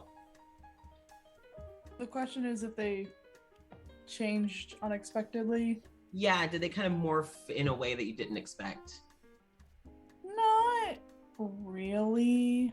I mean, when I first made this character, it was for a one shot that was like a free Halloween D&D thing that we did. And when I made Surreal I made Surreal for that, and it was very bare bones. So it makes sense that Surreal has changed from that. But Surreal was just kind of like this weird, like the main like focus of it was just that I had this character that wore a mask the entire like session, and underneath the mask it looked the exact same underneath it. Like that was the whole function of it. So funny. Oh my god. And that was more or less the entire character. So they've changed from that because I actually made them a character for this. But otherwise, no. Surreal was pretty much just I had the whole like takes a bit to get used to like to make friends because they're very guarded. But like yeah, yep. They started chill and ended chill. They're just here for a good time. That's it. What about Baby? Well, I think Baby ended up less edgy than I thought he was going to be. Isn't that how it always is? he ended up being like taken care of more than I thought was going to happen. Like between Oscar and Surreal, and also like Araxel. I think that was the big moment for me where Baby ate shit. Yeah. That's still so fucking funny. Baby shit. That was so That was good. so fucking funny. And then like it was like so easily forgiven. And I'm like, oh no. Oopsie. Whoopsie doopsies. So I think that was the big thing with Baby. Because like I tend to build like with a character, I tend to just build bare bones and then like figure it out as we go along. So it really is just like I tried to make the edgiest fucking character I could, and then in the end he became so much softer than I thought he would be. You also fixated on Pollux. That is unfortunate as well. Yes, Yeah. that did happen. Yeah. It's also very funny because I remember after they had that first fight, and that was the only thing that you were messaging me about was just that fight. And I remember because Pollux is a character that I play on like a Saturday D&D game with some friends from college, and I remember Olivia drew it and posted it on Twitter, and our DM posted the link to the tweet in our Discord server, and goes, Jason, are you double dipping? And I was like, excuse me? What? And like, are you double dipping your character in another campaign? I was like, no, Pollux is an NPC in a different campaign. And this happened. And everyone was like, wow, Pollux, congratulations on the secret boyfriend. And I was like, oh no. I was like, oh no. Which was very funny because that campaign was basically geared towards trying to figure out who Pollux is and build him as like his own character in a game. And then it was funny because I would play it on Saturday and then come back on Monday and have Pollux as this NPC that was like, okay, well, party members pining for this one. How do I handle that? Whoops. Whoopsie dipsies. No, Here's it's the very thing. funny. You make it sound like as if I was the only one. No, I was feeding into it. Because to be honest, like after the fight, you were still like here visiting, and I remember coming out of the room, and then you were saying, what was it? You were talking about the fight, and they're like, Nessa, that's the hottest Baby has ever been. Yeah, because Baby was really hot in that moment. I'm not gonna lie about that. Why would I lie to you about that? It was really hot. Nessa's like, you're not pinning this all on me. You're going down with me. No, I never said that I didn't say he was hot. Like,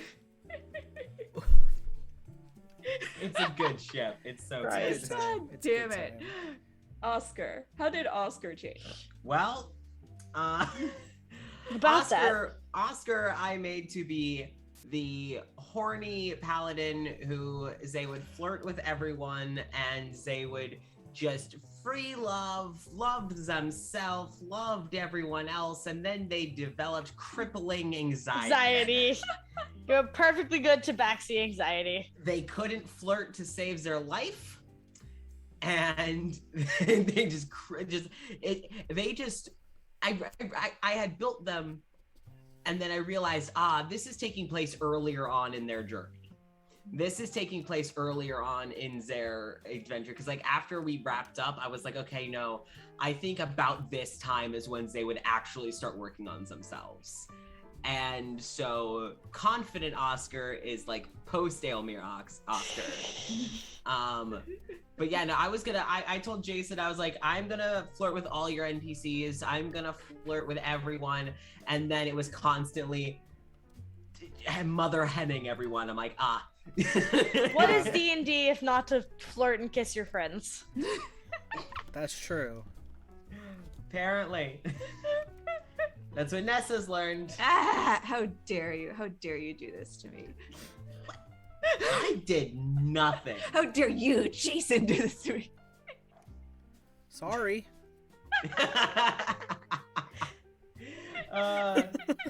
Next question for Jason. Incredible. Are there any big reveals or twists that the PCs missed? Ooh. Let me consult the wiki. The wiki. The wiki. What did the wiki say? What did the What do I wiki say? I mean, missed not a lot. A lot of it was just like the little nods to like, yes, Darcio has an eye stalk, which doesn't really pertain to the story. Just a fun little But, tidbit. There was one thing that I wanted to take from the original Bagman story, which is you can summon the Bagman. And there was a hint way, way early on about where to find the hint to get that. And I think, yeah, it was on the statue itself. Oh, Oh. The That's statue fun. the statue in the square said, "Through hardship and trial, follow not only your heart and mind, but the voice with which calls out to guide you home to me." So if you like told like Aloysius like basically 3 times like come here, at least 3 times, then he would come to you. Oh. spooky.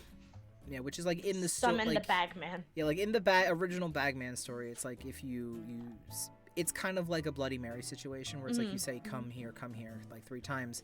Then the bagman will come through your bag of holding. Oh. So that was like an interesting thing that was just kind of there. But it's like, he comes out of the bag anyway. Yeah. So there wasn't really much. He'll show up no matter what. Yeah. It's just, do we want to expedite the process? Yeah. Any plot stuff? I don't think you found the book of songs for Thespis, which I was really excited that you all found. That was very good. Brought me joy. That was very good. Almost made me cry. It was a good time. Anything else? Yeah, nothing really. It was just a lot of just random things. You went through the archive and you saw all of the book stuff in there about the family and who was in the family.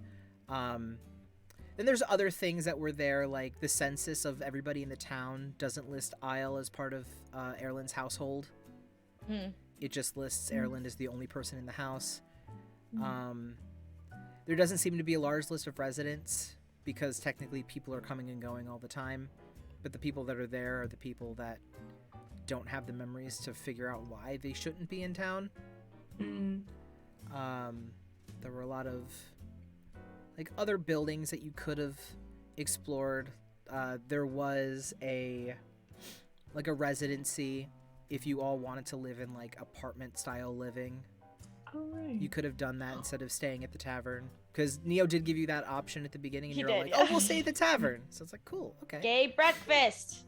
Gay breakfast. Okay, breakfast. Let's see, anything else? Yeah. You kind of hit all of the story beats. You kind of went to all the different places that you were supposed to go to that fit into the story. We did good. Yeah, Yay. y'all We did did it. good. Y'all did good. So I have a few more questions for players, but I put this in the chat and I want to say this out now. If you in the chat have any questions that you would like for us to answer, please submit them in the chat.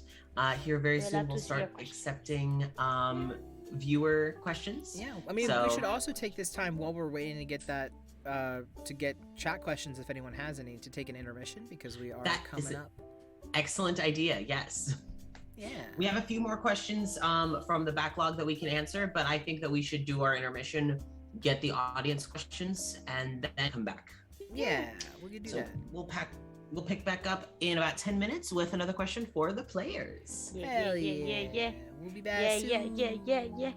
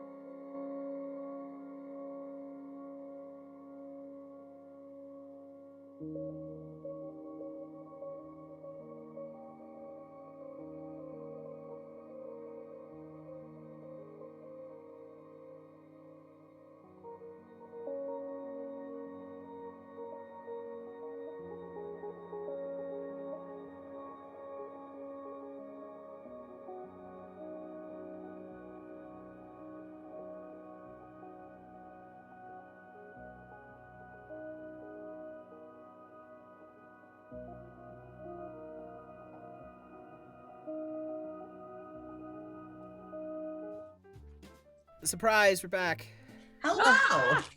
Hi guys. We are Guys. back. Oh wait, I'm not ready ready. for more. Oh no, Oh, Cecil, that's quick. unfortunate. Quick, get That's ready, Cecil. unfortunate. Cecil, are you decent? Oh, yeah. God, put no. your pants on, Cecil. We're on stream. Fucking hell, Cecil. Guys, you I was cannot expecting stop me. Cecil. Man, I was expecting- TLS is gonna come stop you in a minute. Oh God. I was just expecting Cecil to be like morally or clothing wise. Morally wearing pants. Are you morally decent? Or are you like Never. Are you, I am No, metaphorically morally wearing wearing pants. Oh, I am sure. metaphorically. I'm logically wearing pants. Emotionally Listen, though? Emotionally Listen. wearing pants. All you No. guys can see is like shoulders and up. You don't know. Yeah. You don't know what's happening. And Cecil's hiding everything. Yeah, you so- can't Yeah, see so you anything really with them. don't know what's happening on Cecil's end. Cecil could be in a bathtub just vibing for all. It's true. Not with this rig, I Oh can't. no, we could put this under the hot tub. Under the hot Oh, we tub could use the hot strings. tub tag. We just don't show God. Cecil. Just if you believe that Cecil's If in you a hot believe tub. it, maybe I can like bring a bowl of water and just kind of The splash sploosh. around Yeah, it. Splish. Your ASMR. bathroom? Your bathroom has like fantastic sound quality. Oh, no yeah. echo, nothing. It's great. It's so good. Cecil soundproofed the bathroom. That's why I stream in the bathroom. There's foam all over the walls in the bathroom. Yeah. I actually rent Cecil's bathroom to record, so I pay them to use their bathroom to You record know, you have our the review. exact same bathroom setup. I just use theirs. Yeah. It's just straight up. It's already minus the ready. one. It's the vibe. The vibe is vibe. different. Mm-hmm. You pay for the vibe. It's about the vibe. Always. Always vibing. Oh, hello. Hi guys, we're back. We're back. Hello. So we'll wrap up with the questions that we had left in the server, and then we will take audience questions. So you'll still have a few minutes to get those in. So next question for the players is, what do you imagine your characters get up to post Aelmere? Chaos. Chaos? Sounds about fucking right. Just whatever she can get into. Mm-hmm. Finding that chicken. Mm-hmm. Mm. It's the main one. Finding that dang chicken. Well, I want to know about Oscar because Oh. you went to a wedding. Oh, What yeah. he did. They did. Did he make it? I imagine I like to think Oscar made it. And Zay would have been like, I am so sorry I'm late. And like everyone hasn't even started like rehearsal yet for like 2 days prior. And they're just kind of sitting around like, what do you mean you're late? You're not late. It's like, oh, right, no, shoot, we were supposed to rehearse, weren't we? Okay, yeah, let's do that. And then Oscar would have come back to Aelmere. Jason and I have discussed Oscar and Magna. And that Oscar and Magna are a thing briefly post Aelmere. So at least Lorenzo's They not last Magnus. until Magna disappears. basically, and then Magna's gone, and Oscar never hears. Yep. It goes back. Yeah, Oh pretty yeah, much. by the way, I'm married now. I have Oscar, we a did wife and discuss 2 that husbands. we did discuss discuss that that too. We did discuss that too. Fun fact: Oscar may be in clocked in. Ivor That's what I'll shows say up for about- like Magna and Ivor and Cora's like annual coffee date of like just hey, let's just catch up with each other. How the fuck did you get another goddamn husband? Oh, This I is come a and go. game. Stop collecting them. Gotta collect them. Magna's like gotta catch them all, but like Spouses. spouses. Gotta catch them all. It's the healthy polyam route in a dating sim. Yes. Mhm. Yes. But I imagine Oscar would likely visit everyone. Zay would really try to find out. I think a Celeste would be the hardest for them to find, but Zay would try. Because I feel like if they went to Aelmere, they would see Adalith, Oh yeah. and they'd figure out where Surreal's Tavern is, and Zay would figure out where Baby's off to. But Actually- yeah, Baby would be back in Aelmere. Because Pollux. So you want to tell everyone what happened the other day, as in yesterday morning? What did you get up to? So, so we discussed that there was going to be a round 2. And I'm like, okay, I don't know like who would win. So I'm like, hey Jason, do you want to just do this round 2 and play it out and see how it'd go? And Jason very kindly acquiesced. So kind. And so we had round 2. And baby broke Pollux's leg. God damn it, baby. Just snapped his knee. Yeah. And so baby won at 2 HP To Pollux's over 1. Pollux's 1. Someone almost died. So baby would be back at Aelmere with Seldis, with his brother, nursing Pollux after breaking his leg. Yeah. Max. I'll be right back. I can still hear. Well, Yeah, go turn the axe off, please. Yeah, I fucked up, all right? what? I told her I was cold because she's near the AC, like closer than I am, and she said, "Oh, I'll go turn the axe off instead of AC." Yeah. That was it. That was the whole explanation. Baby and Pollux is so good. But yeah, for everyone who is like also upset at baby, I totally understand, and yes, you should be. Rightfully so. God damn Yeah, it, baby. But we Rightfully did so. we did go through an entire 1v1 combat to see what would happen, and the entire time it really was neck and neck for, well, I mean, the beginning Pollux came out ahead just a little bit, and Yeah, then baby started to actually employ strategy.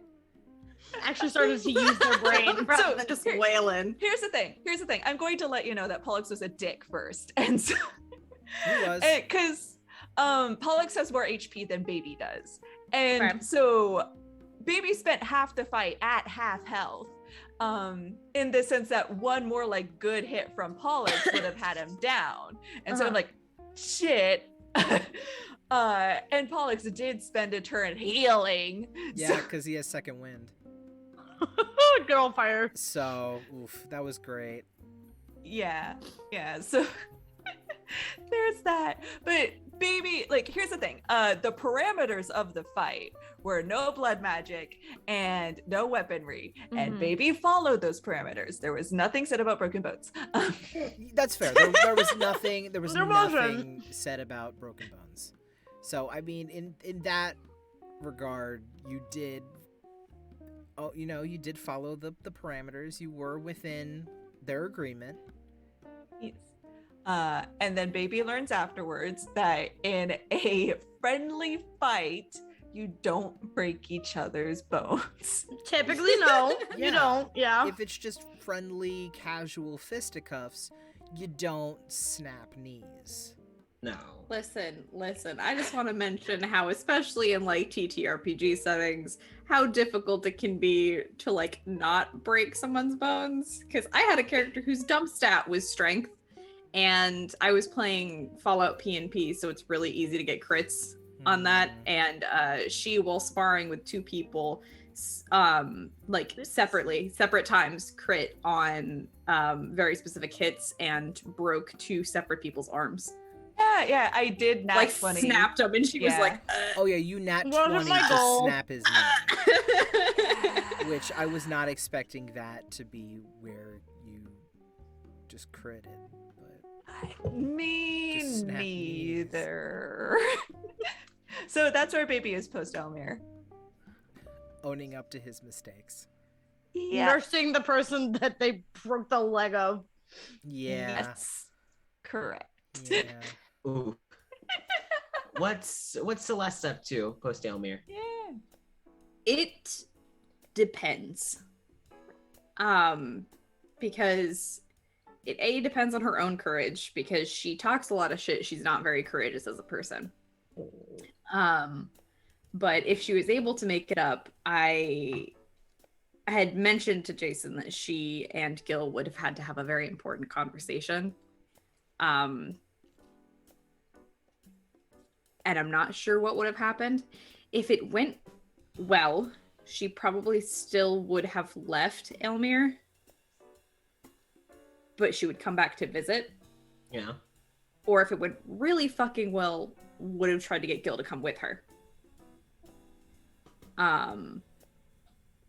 If it hadn't gone well, she'd just be gone.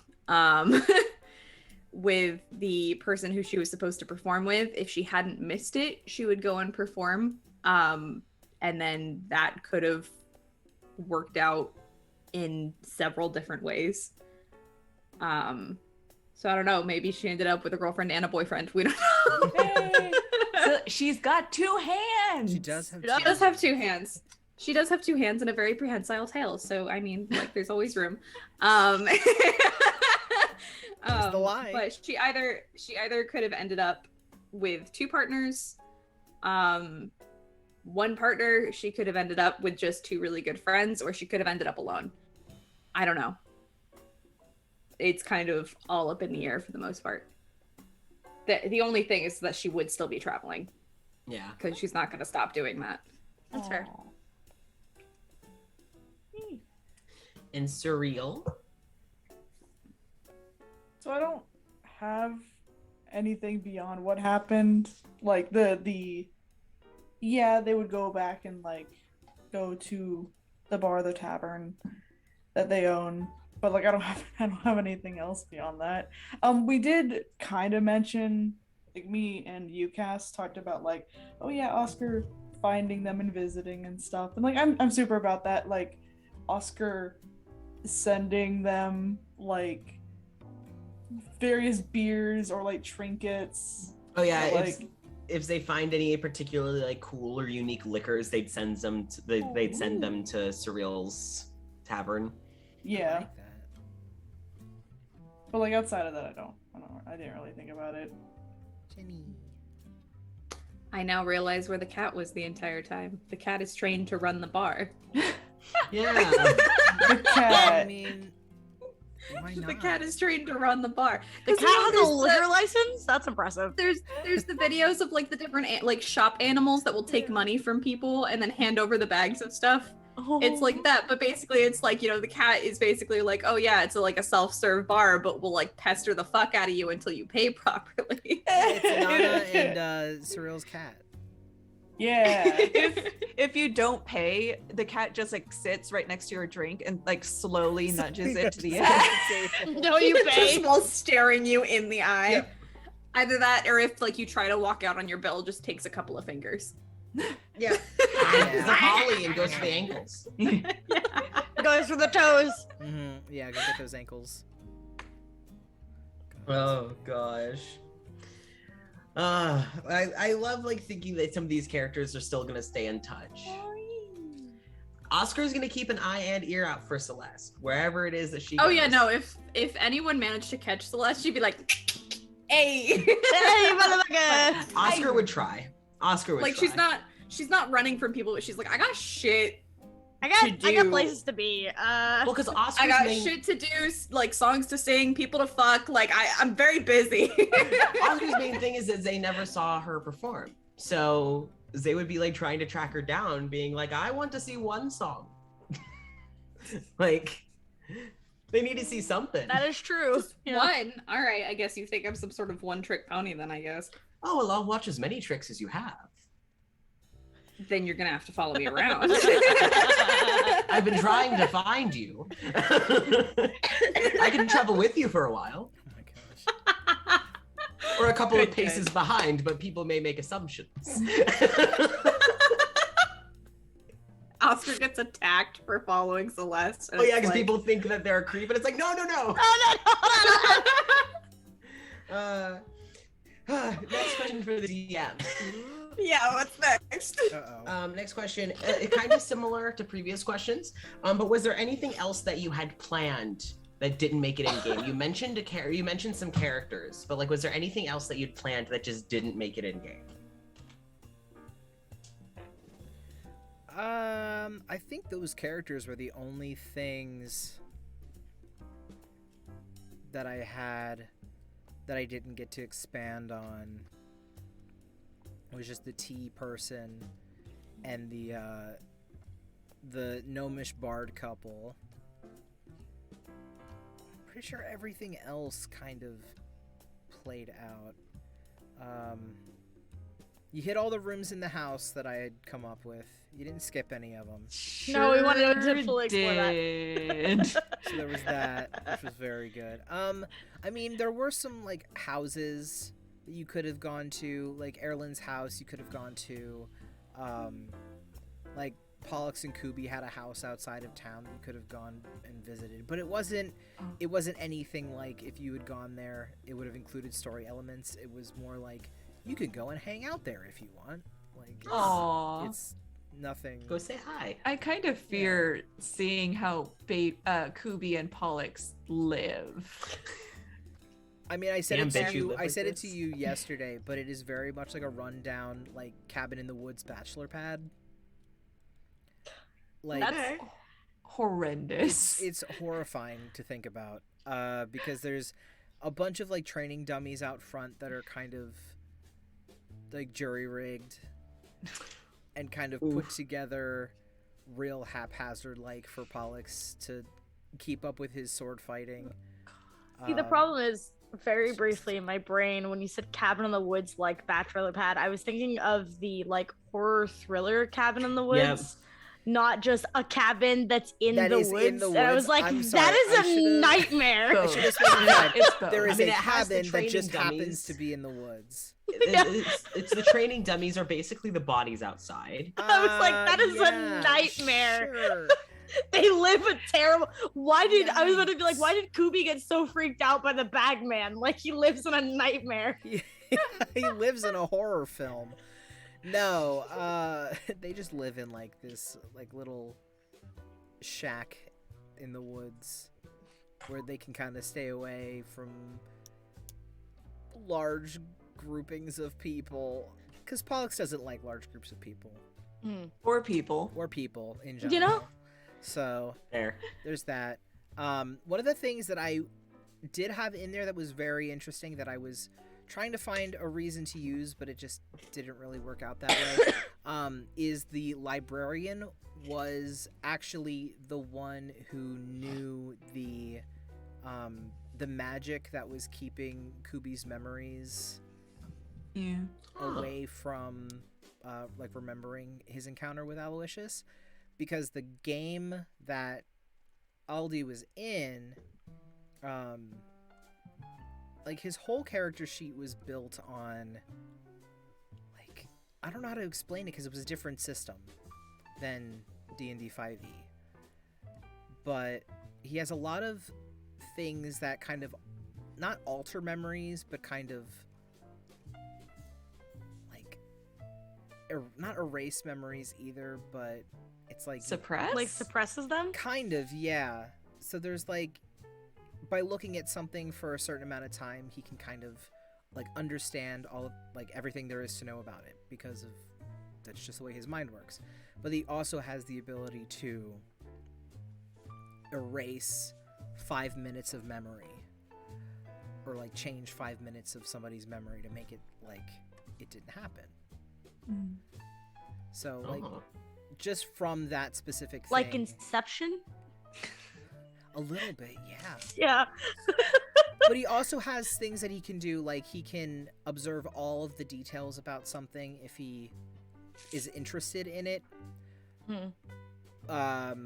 He has, it says here, he has disadvantage to things if he's hyper fixated on something. So That's- like yeah, that's a move. perceptions He's and so stuff. good. He has an ability that allows him to mentally record 30 seconds of anything and remember that 30 seconds until he finds another 30 seconds that he feels is more valuable, and he just kind of replaces so those 30 cool. seconds. And he also has a tattoo in the center of his forehead that allows him to... It says, the user selects a point within long range and the minds of all thinking creatures within immediate range of that point. They're all attacked. Victims are dazed and take no action for a round, and they have no memory of the preceding hour. That's so fucking cool. But it's like that's just something that like the tattoo specifically has that came from the system that it was written for, which is really cool. And I didn't get to do anything with him. And I know Jin also has like mind reading abilities, which happened once, and then he was like, let's not do that again. No more. I don't like that. Let's not do that. But he has that, and he has a lot of really cool Circle of Stars druidic stuff that he can do, which is very cool. Love the Circle of Stars shirt. It's so fucking cool. Very cool. But yeah, 2 characters in town that I thought were really interesting to put in there that had abilities regarding like the mind and thoughts and memories.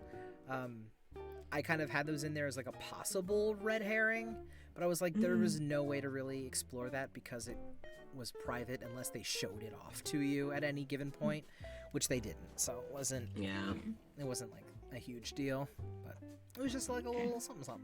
Ah, well, it's cool for us to learn now. Yeah, a tasty little something. It's a little snack. A tasty little treat. A little snack. A little sneaky snack. A little sneaky snack. Yeah. So we're actually going to tackle one of the chat questions first. We're going to tackle the first one, which was from Ashley. It was a question for the players. What was your favorite part about playing the character that you played? Something fun that you got to do in character, or something that you wish to do, that you could do IRL that your character got to do? So like, what was basically like your favorite moment, or something like really fun that you got to do as your character? Or something you wish that is something that your character got to do that you wish you could do. Be strong. Yeah, kick someone's ass. Yeah. Well, that's like same reason that I play a bunch of barbarians. It's like I really like the power of fantasy of like being able to be incredibly strong and to solve problems with violence. But what I really liked is playing baby is I liked the bit. I like being able to like very straight face like I'm baby. It's so good. That's so good. And But you got to I use also it for did- so many good things though. And, like I also did like the fight with Pollux. Because the playing Blood Hunter, it is just like it's so much fucking reading. It is. It's dense. It dense, but I do like the visuals of it, and like the way you can add like flavor text to your attacks and everything. Like I like playing with that. I like getting creative in combat. So I did very much enjoy that. Yay. I also really liked that fight with Pollux because everyone was doing something a little bit different. Like all of the party members were reacting to it differently, and I thought that was very funny. I do appreciate Adlith getting smacked in the head with the table while looking for a spoon. Funny. Like that's so good. Funny. It was so fucking funny. That's so good. I'm trying to think. Like I really liked how chaotic Adlith is because like it with Korra and also like personal games, I had like very serious characters that like had very serious endeavors and like had a mission and a goal. And with Adlith, it was just like, what chaos can I cause? What can I do to make this so much worse than it needs to be for no reason other than that? And then for one of my favorite moments, I'm a big person for like, I really like puzzles. Yeah. And I especially really liked the house, and I'm glad that we didn't take the So stairs good. Yeah. because like, especially like the chaos of the moment of baby trying to get that fucking statue open, and then I'm just sitting here like, is there a seam in the wallpaper? That was one of my favorite moments for mechanic reasons, but also like just pure, just like, what if you shake it? Yeah. Yeah.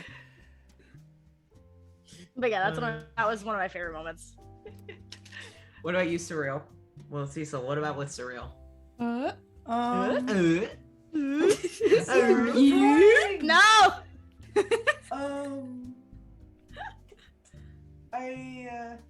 I did like none of this is gonna be stuff that I would want to replicate necessarily. I loved anytime Surreal sassed people. It didn't happen a lot because they didn't really necessarily care, but then they started to like grow comfortable with the party. So yeah, there's that. And Try twisting it.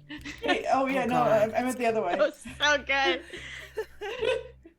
Still one of my favorite interactions was that whole house. It was God. so good. Baby got fucked. I also love the graveyard where it's like Aelith and Baby just can't hide, and then like Surreal's hiding. Then there's this whole entire conversation with Aelys and Celeste and walking into the graveyard, and as they're walking past, that's when Surreal's like, "Oh hey, I'm here," and like, "Oh, I didn't even notice you were walks there." out.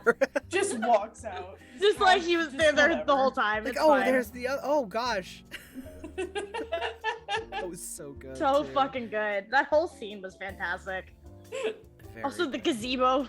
Every And time the the gazebo. fucking Gazebo. The gazebo. Bless. Just a fucking mess. So good.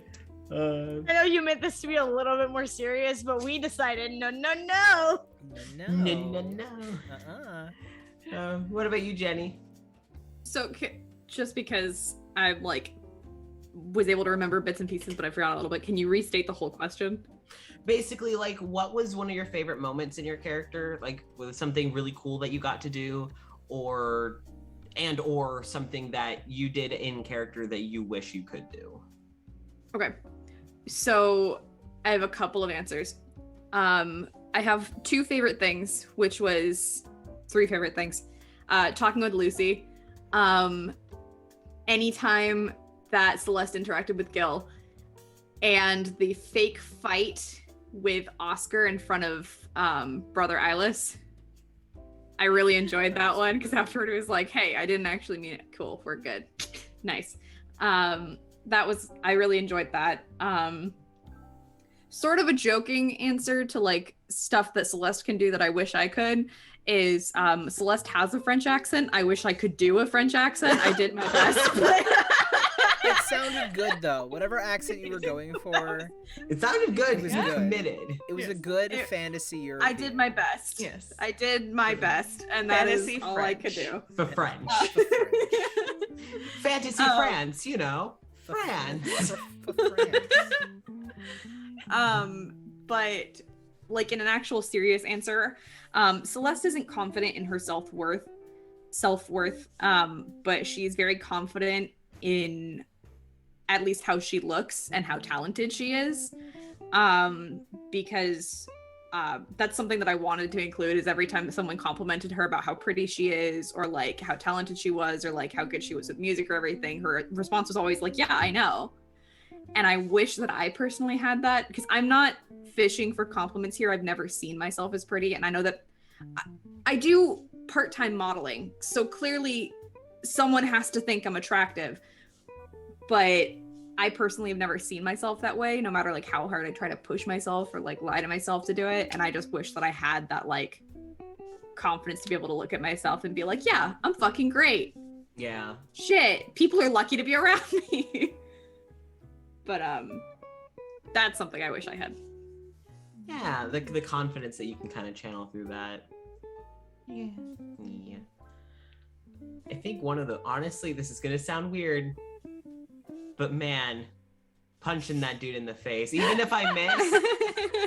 You're so valid. I know. Like, and I know that many of us in this group are very similar, but raised in a way that's you don't express your anger. You swallow it, you keep it down, and then eventually it'll go away. And no, it doesn't go away. And That shit lasts and lasts. so it got like 20-ish years of stuff that I'm just kind of like, just Doofers. I just want to mention the fact that during that punching scene, Oscar was like, everyone needs to like just chill and just let him do what he So needs to do. fucking Like, funny. I understand that you're angry, and then the moment that he got their shit back, and then got their memories back, they just fucking. It's like, Get wow. So fucking funny. And I was telling Jason, it's not because they were affected. It's because it's like, I don't care what you do with my mind, but you dare touched their love. You tried to take their love from someone. How fucking dare you? So it wasn't even, they weren't mad about how Zay got wrongs. They were mad on their friend's behalf. That wasn't even there. Yeah, no, that wasn't openly affected by this. But they still were ready to throw hands. Also, just like the sense of Oscar, like being able to like actually help those around them, you know, and it's like that feeling of like I can help people, and like this is actually making a difference and actually making an impact, like through that being able to see the impact that they were having, like helping baby or like talking to people, or the thing with like, you know, just that felt nice. So I guess the impact that they had on others, even if it was their fuzzy paw in their face, that impact still felt nice. Well, no, technically it was the hand got caught, but it still felt nice. He's good. It was very good. You're gonna need to turn up that ring light. Oh, yes. Because it's Darkness. getting no. dark. The darkness is coming. Oh no. Yep, keep going. It engulfs. There we go. Yeah. A little more. Yep. Yeah, Yay. much better. Light. We can see you again. Eee. So, yeah. So that's that question. Next question. So I'm gonna say this is technically a question for the players, but I also want Jason to be able to answer this about any NPCs that come to mind. But like, so the question is, what inspired us to make our player characters? But I would also love to hear some of the inspiration that Jason had for NPCs. If there's any that come to mind, it's like, oh, I was inspired by X, like the Witcher character, like clearly. Clearly. I'm just Witcher. self-indulgent. As good as D&D should be. So as Jason looks through his list, that looks like what he's kind of scrambling to do. We can start with Nessa, because Nessa, you made a face when the question was asked. If I'm thinking of what you're thinking of, It definitely is. Definitely is what you're thinking. Just switch the first and last letters of, the first or the first letters of first and last name. That's all you gotta do, right? You can see why that would work. So I was inspired in essence. So there's the Yakuza video game series, and the protagonist is Kiryu Kazuma. And I'm like, shit, I fucking love Kiryu. I'm just going to make Kiryu in D&D. And it started as a joke. And then I'm like, ha. I'm like, wait, no, can I remember you joking about that. Yeah, so I ended up like taking a lot of the main tenets that I really liked from the protagonist. So just like caring about others, not being able to express himself very well, using violence excessively to solve problems, things like that. Another issue came with I didn't know what to name baby initially. Ergo, I'm like, I had put it into the form that Jason had sent us all. And it's like, I was initially thinking like, oh, I'll just switch the first like initial of the first and last name for Kiryu Kazuma. But you can see why that wouldn't work. Because they're both just K's. Kiryu Kazuma. Yeah, so and my counterpart, Kiryu Kazuma. yeah, so in essence, that's where baby came from, up to and including the thing with his brother. Just, it's like, I reskinned a lot of the first Yakuza game with Kiryu and his brother Nishiki. And then like, that's it. It's very good. I really like it a lot. Uh, So good. Incredibly indulgent, like just from beginning to end. Why not though? As it should be. How about with Surreal? Oh, nope, it was already on. I guess I already kind of said this. Oh, no, I didn't. I had that concept, but I got that concept for Surreal. it was around the same time when I read a good chunk of the Demon Slayer manga, and I couldn't tell you the name of the character, but it partially that all of the people of the thing, I don't remember any of the words from it, it's been a year, they all have masks, and then there was also an antagonist in it that the design and the vibes were like, oh, this is fun, I want to play with this. I can go find it, but I can't remember the names of it. But I took inspiration kind of from what I had read from Demon Slayer, very, very, very loose, like design elements that I got. But otherwise, I didn't really have much. That was more or less it. That's cool. Yeah. Made a gorgeous character. Yes. Honestly, Surreal looks great. Hee Shelby, what about Adelith? Honestly, I didn't really have a lot of thoughts for when I originally made her, because I made this character during a like massive point of change in my life. So a lot of the thought process was just like, what is a class that I would enjoy playing that will work well in the party that we have? And I was like, I haven't played a sorcerer before. This will work. And I knew I wanted to play I was either going to do a tiefling or the satyr that she is. And it was mostly just, what is a combination of class and character I really thought was interesting for it? And I was like, okay, this works. And then once I finally got into playing her, I was like, oh, she's just Luna Lovegood. that was what I was like, oh, that's it. That's been decided. And I ran with it. And it was fun. Yeah. I love Adelith so much. She's chaotic. She's the worst. And also, I might have been on brain space for the next character, who is also chaotic, so I just went down that path more. Just the extra chaos. There you go. Yeah. What about you, Jenny? I personally, a lot of the time I put a lot more thought prior to playing into my characters than I did with Celeste. I kind of just let playing her sort of morph who she was. I didn't even know what her backstory was until I think like the second session in. Like I had no idea where she'd come from. I had no idea like what had really happened with her. The big thing is I was just like trying to decide what I wanted to play. I didn't even know what class yet. I was like, it's been a while since I played a tiefling, because tieflings are one of my favorite races in D&D because I'm queer.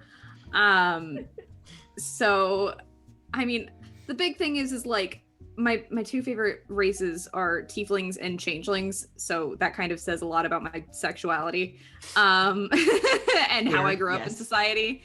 But so I wanted to play another tiefling because I was like, why the hell not? And so I just pulled up Picro because I was like, whatever, I'll just figure something out. And I specifically found a tiefling maker and I started designing her. And then I was like, this bitch looks extra as hell. I bet she's a bard. So I ended up going with Glamour Bard. And then I was watching, initially she was going to have an Irish accent, but then I decided that my character for the next campaign, I really wanted her to have an Irish accent. So I went, fuck, we're going to go French. Why not? I'll do my goddamn best. Because I didn't want to double up and I didn't want to go with the like standard Russian-esque that I kind of went with Ivor's fake accent. And I also didn't want to go with standard European with what her actual accent was. So I was like, I just want to change it up. So I just went with like the general French accent. And then I was watching a shit ton of Schitt's Creek. We were watching a lot of Schitt's Creek at the time. So we were watching a lot of Schitt's Creek at the time, and I was like, I'm just gonna make her a less anxious Moira Rose. I didn't even notice what you're right. Yeah, I'm just gonna make her a less anxious Moira Rose, and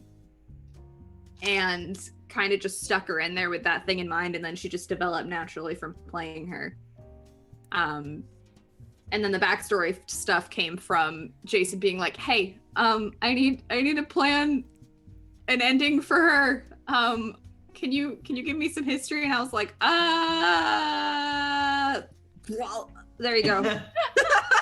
Yeah, but what's interesting is that one of the things that you said in game was kind of what solidified it, is when I think you were all at the secret door and Celeste said, there's no one waiting for me. And I went, well, I wouldn't I wouldn't say that so soon. Actually. Well, actually. And I was like, ha, jokes, you're wrong. Correct. Fun There is fact, someone definitely incorrect. waiting for you. Incorrect. So, it was very funny. So I was like, that's I also love that when I was telling you about Celeste, you were also just sitting here like, the family that's running the self-love that I kept jokingly calling the Mormon sex cult would potentially be interested in either taking Celeste under their wing as parents, or depending on what happens, as a potential like love interest. Oh wow. It's like, oh, Those are two very different things. very Yeah. different depending on how she was as a character.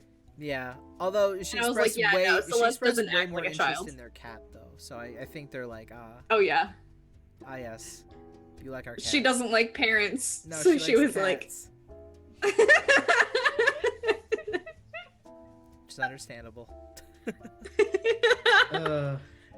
And then Gil happened, and it was like, fuck this dumb golden retriever himbo boy. Oopsie. What's the doodle? Oopsie Ooh. doodle. Gil's so So- good. So I gotta know what inspired Oscar, because I remember at least one of them. Me too. Yeah, I think you two remember the same one. Everybody wants to be a cat. No, actually, I was inspired to make Oscar when we had that Cat Returns movie night. That's when it's. That I night, remember you saying that, yeah. That night, I started to make Oscar based off of the Baron from the Cat Returns, because I love the Baron. Baron's very good. As a kid, I was torn, and still kind of torn between, do I want to be the Baron or do I want to like smooch the Baron? A little bit of column A, a little bit of column B, you know? Yeah. Mostly B though. So I was like, okay, we're gonna be the Baron, then I'll make the Baron. So I made Oscar. But I was like, okay, Oscar O'Malley, got the name because my childhood cat was named Oscar. So named them after my childhood cat, and then O'Malley because Thomas O'Malley. Everybody wants to be a cat. And that is their chosen name, though. That is not actually their birth, first, or last name. But I wanted to play with something I'd never played with. I've never played a paladin. So I was like, okay, I'll be a paladin. It's like kind of like a cleric, but beefier. So I was like, okay. And I have this book that's like a adventuring with pride kind of homebrew thing that I got. And one of the things that was in there was a oath of pride for paladins. And I was like, okay, well, I want to. Yeah, it's a very like queer pride. Yes, yeah, it's very much like the tenets are helping people love themselves, spreading kindness and knowledge, and like spreading that education so people can find themselves. So it's like to educate, to help, and to love. They're basically the three core tenets. And then, so I was like, okay, well, I made a playlist that was all just queer anthems. And I was like, okay, so this person is just gay pride incarnate. And I wanted them to be like all about self-love. So it was really interesting when they I was like, oh no, we're earlier on in their journey than I thought. But I mostly just wanted to make a real gay bitch. And wanted to play with that book that I got. Which, if that's not what you're trying to do while playing D&D, what are you doing with your life? Exactly. Yeah. If you're not trying to be a gay bitch, then I think you're doing it wrong. I normally am not one to say that you can do D&D correctly or incorrectly, but if you're not trying to be a gay bitch, then I'm sorry. That's just like against the rules. Sorry, original gamer bros, D&D is for the gays now. Yeah. Yeah. Yeah. Whoops. Jason, what inspired some of the NPCs?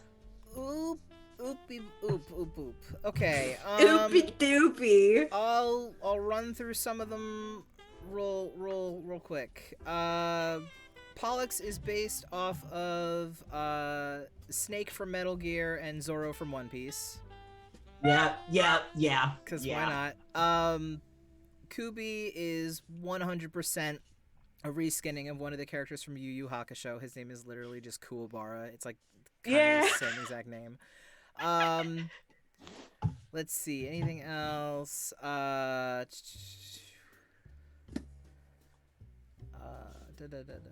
I don't. Oh, Gil is actually he was heavily inspired by Prompto from Final Fantasy 15. Aww. Because Prompto Argentum, it's like Gillian Aurum is the gold version of Prompto's silver. Because like Prompto Argentum is like his name means like silver, and Gil's name means gold. So it's like a flipped version of that, and he also uses guns. So I was like, cool. Good. That's that, which I enjoyed.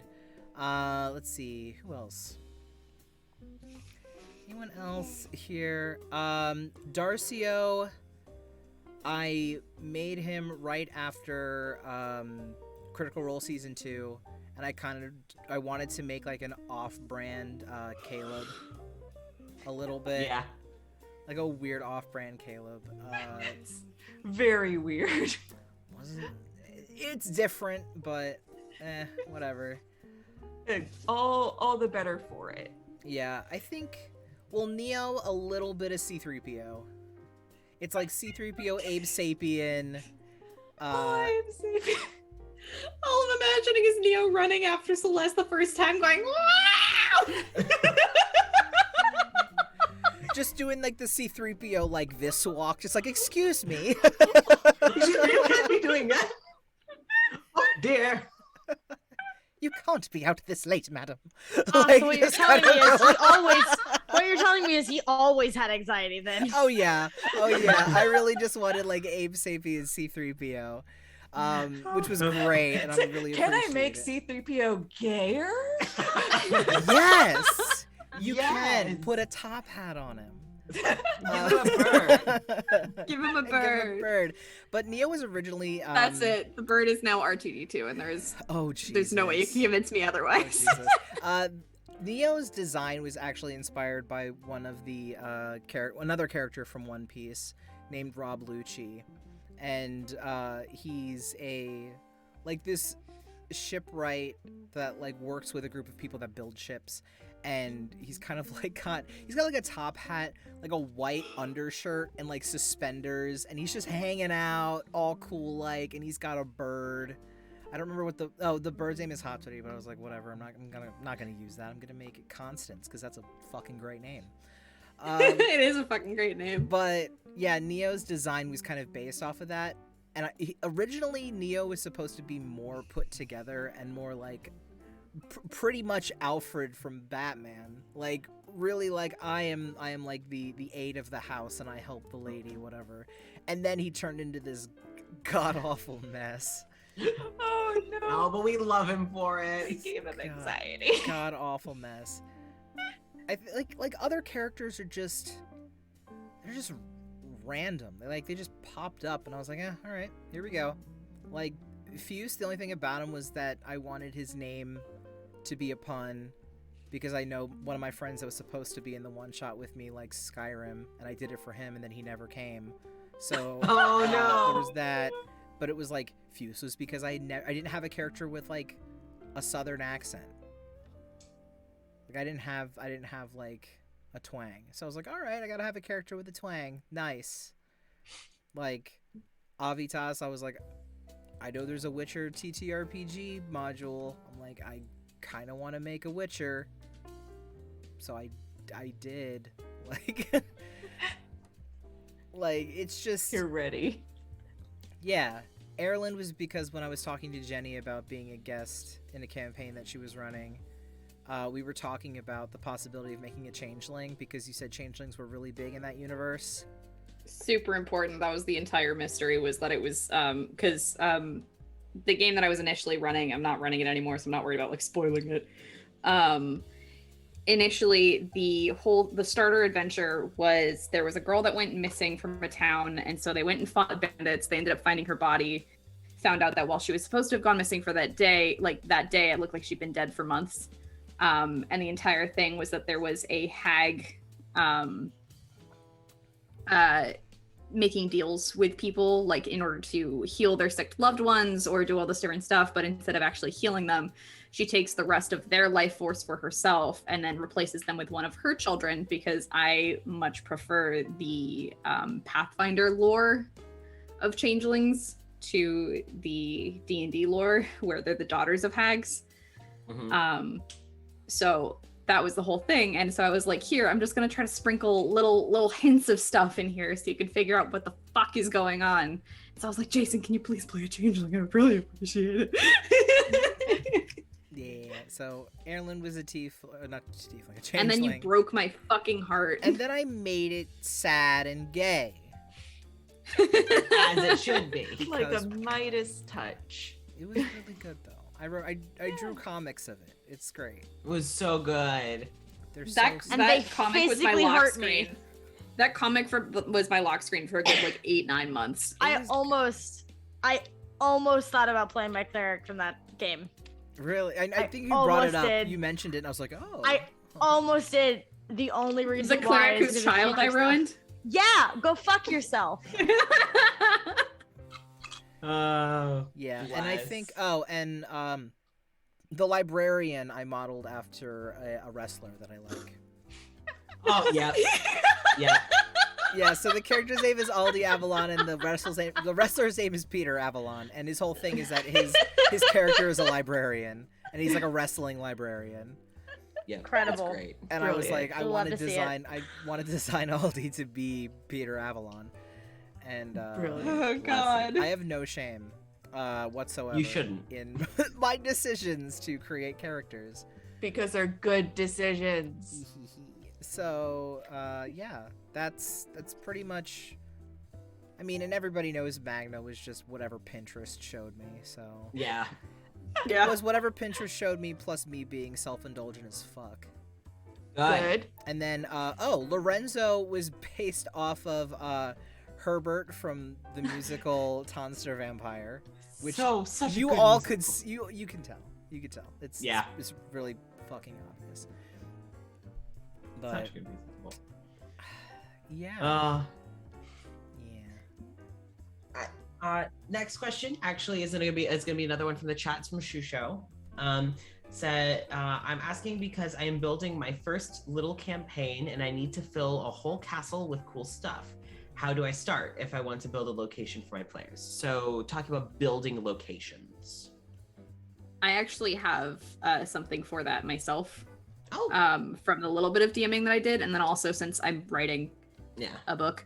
The big thing is to watch a lot of movies, read a lot of books, play a lot of video games, consume as much media as you possibly can, just scroll aimlessly through Pinterest, and start finding things aesthetically that pop out of you, figure out things that you want things to look like, figure out things that you want to include, because there's a lot of stuff that if it's like, oh, I want a waterfall to be in the background, it's like, oh, okay, maybe one of the big exports of that area is fish, or maybe there's something hidden behind that waterfall, or if it's located in a forest, what kind of forest is it? How hot is it going to be? What sort of animals are going to live there? What things could your players encounter?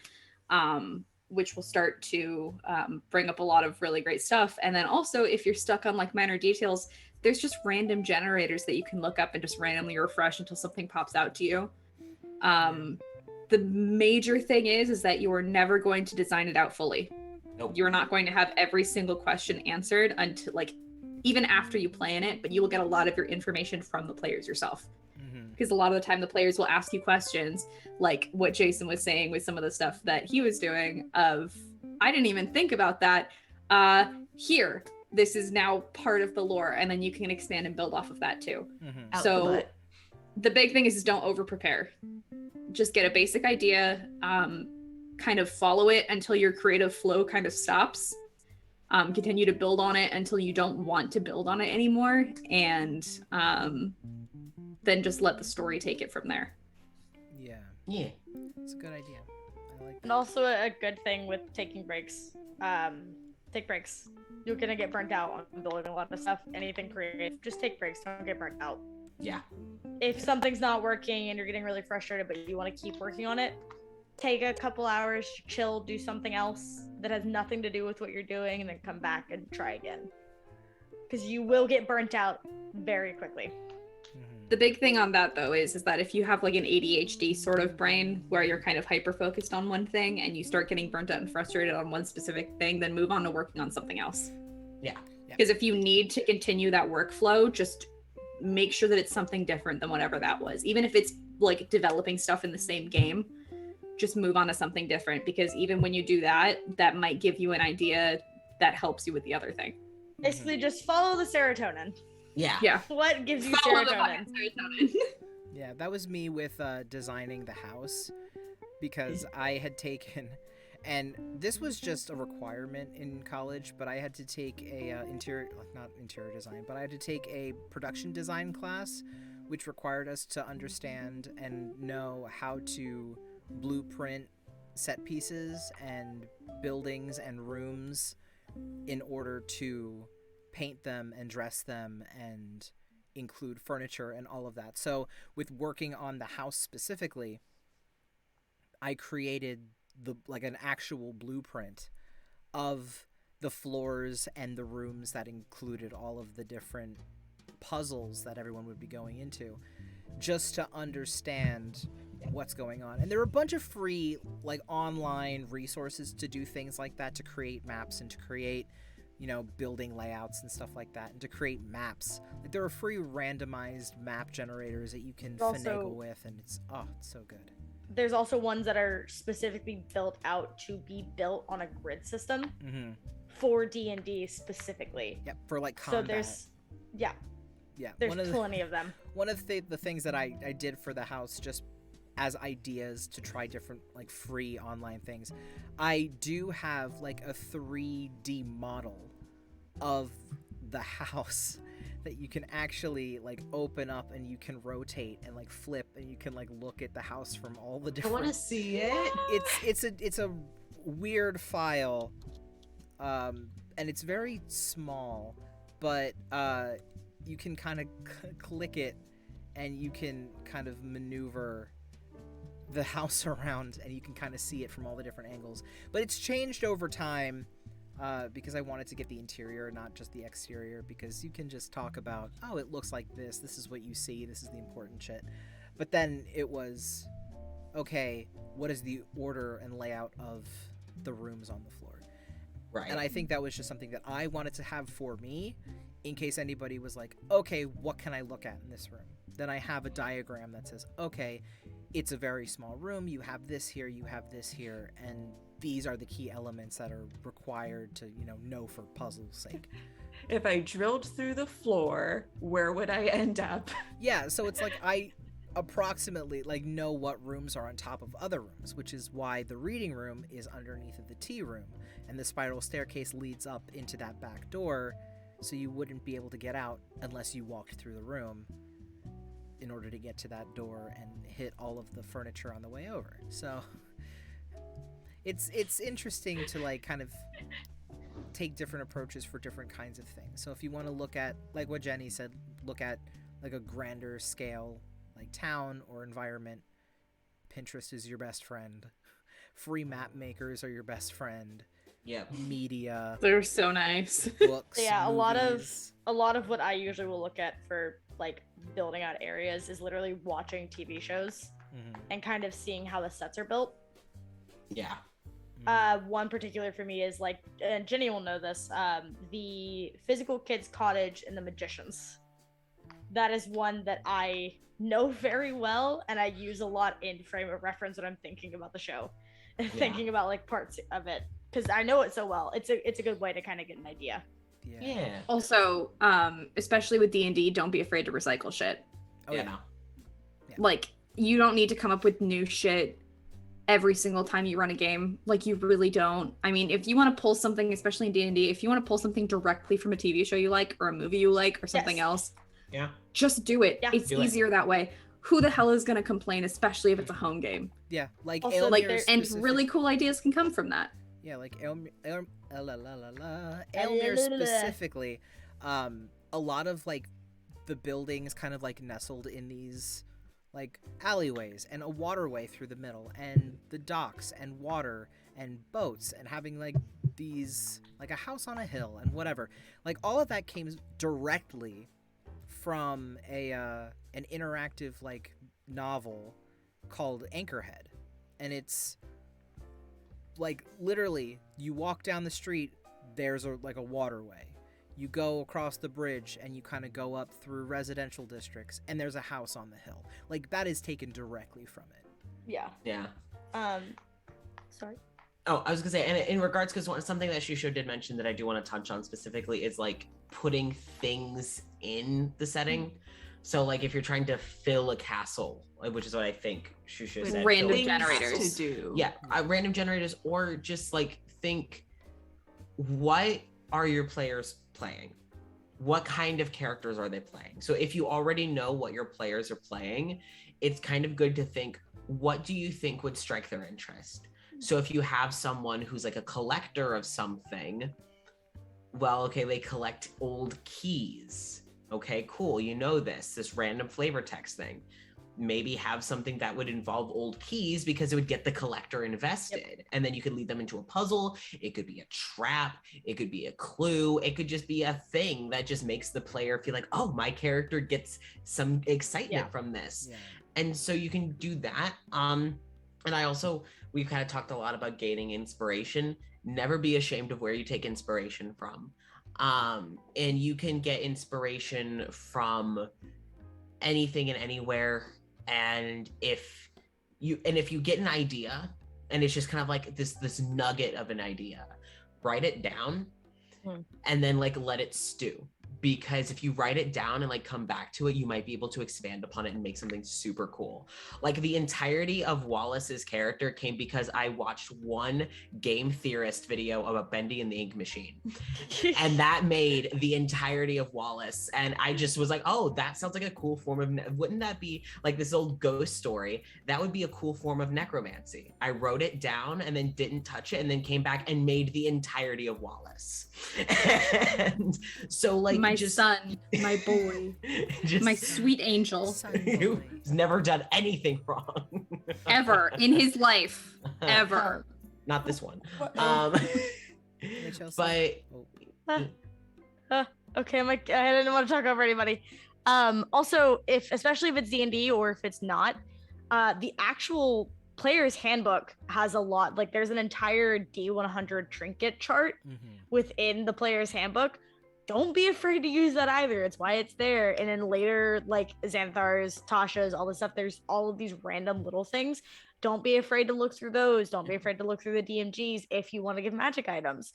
Also, there's tons of free resources for designing as well. On top of, there's a ton of free resources of maps readily available all over Reddit, all over Tumblr, all over Twitter. Just check with the person before you're using. Be like, hey, you cool with me using this? Great. Yeah. And then just move forward from there. There are also like free resource lists, especially for puzzles, because that was something that I used a lot with the house. There's like a list somewhere that has like 100 like puzzle rooms, traps, like puzzle doors, like puzzle locks, just like an entire list of them. And it's just going through and looking at all the different things. And if you see something that that you like, then take it and modify it, or take it and like take inspiration from it, or take it as it is if you like it the way that it is and you think that it works with the house or the environment that you're trying to build. It's like the fear room specifically came from that list, where it was like, it's a room where the door will only unlock if the person inside is scared and they try to open the door when they're afraid. So it was like, okay, so how do I take that idea and what do I put in that room to make people afraid? So it's like kind of taking those ideas and just kind of shifting them around, modifying them to something that works with the environment that you're creating for your players. Also, it doesn't hurt to ask the players what they want. Yeah. Like, it does not hurt to go, hey, what do you guys want? Do you want puzzles? Do you want combat? Do you want to find cool stuff? Do you want to decode stuff? Like, what do you want to do? Would you want to interact with a lot of NPCs, or would you rather it be stealth? Like, you know, you can just ask what it is they want to do. Like Jason sent us, I mean, you don't have to go all out, but Jason did send us this delightful Google form with like multiple choice and essay and like short answers. It was great. But it does not hurt to ask your players. that communication is going to be key between a DM and players. So yeah. Yeah. A question from our own beloved Chelsea in the chat. Was there anything in the class or subclass that you never got to use but wanted to do? Babe, you are cackling. No, because I got to do it. Oh. Because I bullied Jason. Well, it's more like, I think I joked with Jason at one point, like, haha, wouldn't it be funny if Baby and Pollux fought? You did, and I'm like, then I gave it to you. yes, because you are a kind and benevolent DM. And just and that's ergo why I used every single blood hunter thing I could. Fucked up Pollux. You fucked up Doodle. A little bit. You fucked Little up bit. Doodle. You fucked up. You keep fucking up Doodle. But like, primarily, like, the reason why I got, like, so you get to choose your blood curse for blood hunter, and so I chose the one, like, blood curse of anxiousness or something like that. Yeah. Curse of the Anxious. Yeah, because like, okay, I can use this to just like intimidate the fuck out of someone and get info. And instead I just used it on Pollux. So, You sure did. and then failed at it. You sure It's because did. you're gay. It's because you're gay. Whoopsie. And the dice apparently They've got a also point. They've got a point. Yep. gay. Yeah. So I got to use what I wanted with Blood Hunter. Honestly, there wasn't anything, because like the Oath of Pride is more flavor text than anything else. It doesn't give you a deity. It's just kind of like a whole, this is what motivates your character. So there wasn't anything in particular I wanted to do in regards to. Wrong pipe. Oh no, Oh no. Ness is drowning. I know. She's going into the hallway to drown. Wow, that's not creepy looking at all. Terrifying. Horrifying. Oh no. God. Don't die. It's death. Okay. Cecil just keeps redeeming undrink water. Basically what she's doing at this Oh, point. she's undrinking that water real good. Oh, no, mostly I did want to divine smite something, and I got to. The It door. was the door. And so like I was like, honestly, I think I would have been less satisfied with it if I had done divine smite in like actual combat. Yeah. Versus, oh, the only time I've ever done divine smite was this one time I played a paladin and I used it on a door. Like, that makes me feel so happy. So by smiting the door, I kind of satiated myself. This sparks joy. This sparks joy. Smiting This sparks joy. Smiting sparks joy. Again, it's that letting out that anger thing. Yeah, all our repressed anger. You know.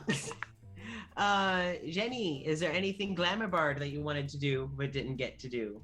I mean, there was plenty of Glamour Bard stuff, but the big thing is I think because of the way that it was RP'd out, I didn't have to use it. Yeah. And also because there wasn't a lot of combat, I barely looked at my sheet, which is absolutely fine. I didn't have a problem with it. Yeah. I've just only played a Glamour Bard for like a couple levels worth of stuff. So I think it's more of I just need to play it more, because most of the time I play like Whisper Bards or Lore Bards or stuff like that. So it's kind of just, I just need to play more of them. Yeah. So it's not something that I'm upset that I didn't get to use or anything. It's just I didn't use it. Yeah. And Cecil Bane? Yeah. Sorry, I was in the middle of a yawn. I didn't do any monk things. It is. You were a monk. It is. Yeah, hard. that's harder. If there's not combat, it's hard. Yeah, no, and like I get it, it's totally fine. I wasn't like itching to do it, but it's very much like I got it, and one day I will use it. One day. I One will day monk my more. word. I do the same thing. Another day, another Oh, destiny. Destiny. It's never ending road to Calvary. Calvary. I was actually thinking about that song like yesterday. And I haven't thought about it in a while. Wild. Well, that's why I love playing with a bunch of nerds.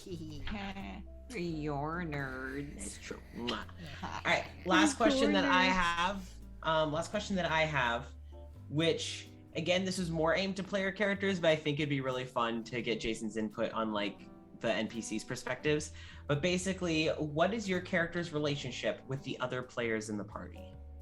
So like, what would be your the other player character? Yeah, the other player characters. So basically, like, what is your character's relationship like with the other player characters? But also, because I would love to get Jason's input, would also love to know about some of the NPCs' view of the player characters, and vice versa.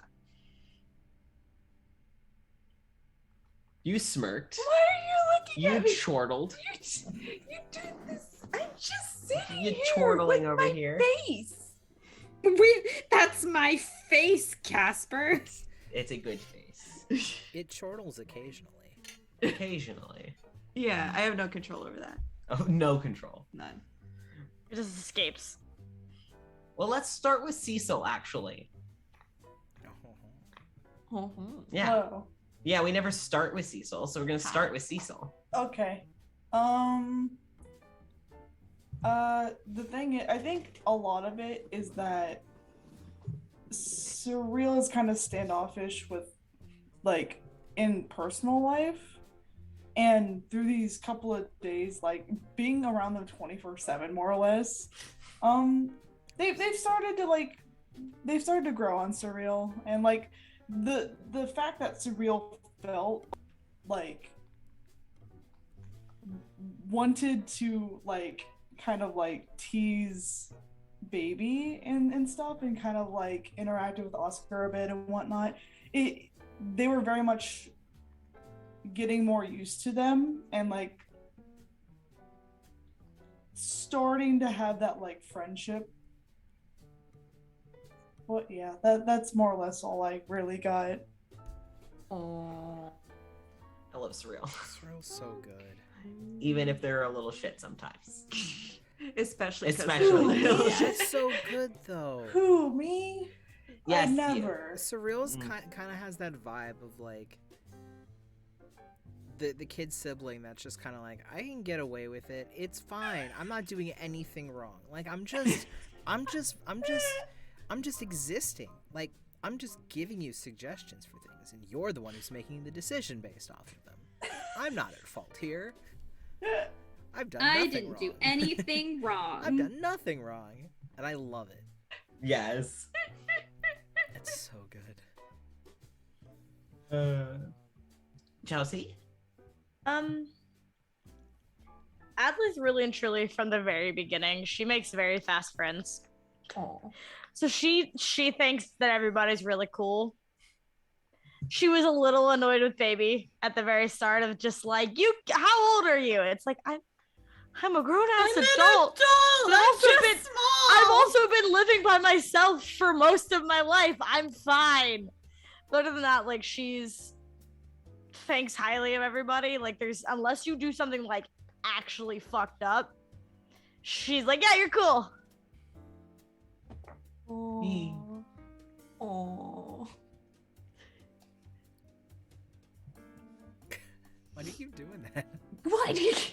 Your turn. Great. Thanks. Let's see here. Because I know it changed as we went through. But I think like at the end of it, Baby like very much here's the thing, Baby cares about people like immediately. It's like reverse like duck imprinting. Like it's like, okay, I love you, you're mine, I will die for you. But like as the campaign goes on, he also like became like admired everyone. Like he thought Adley was like incredibly intelligent, the most clever person. He thought Celeste was like so good with people. Oscar also like so good with people. You solved the room in the Hell House. She's not smart. That's the thing, though. But She's Baby really not. thinks she is. And that's the important part. And like he worries about Celeste, but also thinks that she's like incredibly like talented and good with people, which he sees as something that like he is incapable of, and so admires it more in other people. Also why he's so like admires Oscar as well, because it's like, you're so good with people and you can explain it to me. I think he also thinks that Surreal's like a little like sibling now in the same vein of like, fine, you'll fuck with me, whatever, but I would also make sure no one ever fucks with you. So that's just like where he is on all this. That's so good. I love Baby. He's so good. It's a mess. He's a hot mess right there. Oscar also worries about Celeste, like a lot. Like I'm not saying they're wrong for doing it. No, I think it's like Oscar genuinely sees Celeste as like someone that Zay could have become. And like Zay could have gone down that path very similarly. And Zay didn't. And it's like that kind of like what little Zay know of Celeste really resonates with Zem. But like at the same time, it's like she's coping in her own way, and I don't think I can. So that's kind of just why Oscar's just trying to be like supportive and like, I want to come see your shows and show you that you matter and that I care about you and I remember you. Adelith worries them in an entirely different way. This is just going to be a list of like, here's how each player character worries Oscar. Okay, so the way that Adelith worries Oscar is just like, you know, when it's like, this is the child that would wander into traffic. Oscar knows that Adelith is the child that would wander into traffic. But to be fair, she can get out of it with magic, so it's fine. I don't think Oscar really knows that. I hate how you said that, and I was about ready to just go, Jason! Jason! Jason! Jason! Oops. Jason! Oh gosh. So yeah, no, Oscar's worried about that, and I don't think Oscar realizes how powerful Aelith is. She didn't use magic very often, so yeah. No, and so Oscar's just like, this is just, Oscar recognizes that she's an adult, but oh my god, she's gonna wander into traffic. She did use magic more than I think anyone in this party, but she did it either with the subtle spell, meta magic, or it was just quiet magic. Or just with NPCs. Yeah, with NPCs and no one else was around. Yeah. Yeah. So. Because she did do the most magic out of the party. It just happened to be either by herself or subtle spell. So. Oh gosh. Baby scares the shit out of Oscar. Not in the sense as they worry for their safety or anything, is they worry so much for Baby. It's fine. Oscar's gonna go gray and then bump into Baby a few years later and go, this one, my friend, is named after you. As is this one, and this one. But Zay love Baby very much. Oh. Zay want to like hold Baby and just like take care of Baby because they're pretty sure no one else has. So Zay want to just comfort, but also smack them upside the head. Just a good thwap upside the head for Baby. Both responses are valid. Surreal worries Oscar the least. Fellow parent. I'm valid. Honestly, Oscar views Surreal as like the most level-headed in the group. Good. Like Oscar would look at Surreal and go, "Oh, thank God you're here. Thank you. I feel seen." Yes. So, very much views Surreal as the other parent friend. Yeah. That's so good. Yeah. So we still need Celeste's feelings. Yes. So I don't think Surreal hasn't said anything either. Nope. We need Surreal and Celeste. I went So- first. What are you talking about? Oh Yeah. no, that's right. Yeah. I'm a fool. Oh, I was thinking of it. Sorry. For some reason, I was thinking of the last one.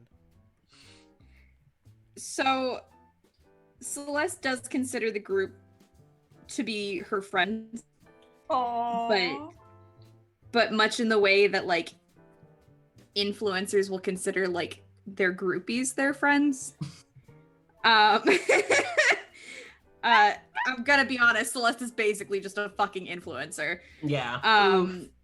She's still at the stage in her life where she doesn't believe that anyone is ever genuine with her. So it's either a sort of situation where she feels like either, oh, you are hanging around me because either you want to fuck me or because I'm useful. So I don't think she really understands that the group is genuine with her and like genuinely cares about her. She might at some point, and she does like them and like spending time with them, but she doesn't trust them to not just leave when she's no longer useful. Which would be so, I just would say it would be so funny because Oscar's just like, what of your skills could I use? There is nothing that you could do that is beneficial to me as a person and my goals besides be my friend. You can be wing people for each other. No, that's true. Well, the big thing with Oscar is that when she was flirting with Oscar like freaked out a little bit each time. Because they're not used to being hit on. Oh, they want to fuck me. Well, no, it's literally just because they are not used to being hit on. They're usually. Oh no, I understand that. I get it as a player. If somebody's like, "Oh, you want to fuck me, Oscar?" I wouldn't be opposed. I wasn't thinking about it, but if you want to, should I be thinking about it now? Should I be thinking? Do you want to fuck me? What is going on? It would get turned around on her. I love these. I love all of these characters. I would also love to know. Well, did you give yours? Yeah. Okay. I would love to know some of the NPCs' views. Okie dokie. Let's go down the list a little bit. Neo hates. And Oscar weeps Now you every know night. Neo was first on the list. Oscar weeps every night that Neo doesn't like them. No, Neo thinks everyone in the party is extremely interesting. Oof. He likes not in a bad way. Like, I haven't necessarily met anybody that kind of embodies the vibes you are bringing into town right now. Fair. And just is confused by everyone at the same time. Like, how do you all function? How? That doesn't make any sense. Like, okay. Yeah, that's Neo. The Digleases, so Barnaby and John, they don't really have any bad impressions of anybody. It's more like, oh, thank God we haven't had people staying in the tavern in forever. They will be our guests. We will treat them well. Thank God. Yeah. Because we needed something. We need money. Pollux, Jesus. Oh, Jesus. Where do we start? If the broken leg says anything. Uh-oh. No. Genuinely, I think Pollux thinks that Baby is very amusing, given the fact that there aren't very many people that will take the opportunity to be like, yeah, I'll talk smack to you. I don't give a fuck. And Pollux is like, you really should give a fuck. And Baby's like, no, I don't. And Pollux is like, wow, what? Why? Pollux is gonna learn. It's kind of hot. Yeah. The Odas, so the family, thinks that all of you are lovely. Aww. They loved sitting down and chatting with you. Few specifically loved sitting down and chatting with everybody. Thinks you're all wonderful people and would gladly sit down and have lunch with you all again. Aww. Good. Definitely Good. would want to like pack a picnic, take everyone out, big group big group outing. That's so Very good. cute. Emily thinks everyone is fun. Yes. I Oh would dear. definitely hang out and goof around with all of you. Oh, dear. I feel, if anything, Emily would probably play pranks on Baby and Oscar Damn it. the Yeah. most, Yeah. while planning pranks with Surreal, Celeste, and Adlith, because she would know that the three of them would totally be down to help her, like, keep cover while completely tormenting Baby and Oscar. I can't best play part pranks is- on them so that they can help me play pranks on other people. The best part is Adlith has both invisibility, sea invisibility, and fairy fire. Oh yeah. Assistance. Adlith is the worst person to get like pulled into pranks with because Adlith has an arsenal of let me fuck with people Oh, yeah. spells. Which is definitely why. And I mean, if Emily knew what Surreal did in the house to fuck with Baby, instant brownie points. Yeah. Yeah.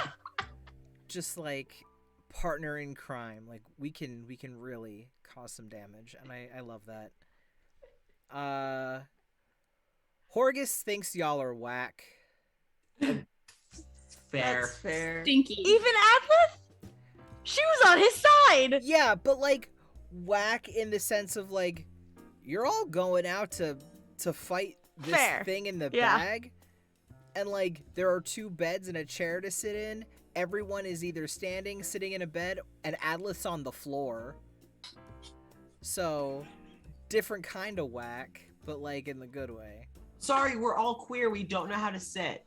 No, definitely not. Desiree understandably has varying opinions on everybody. Yeah.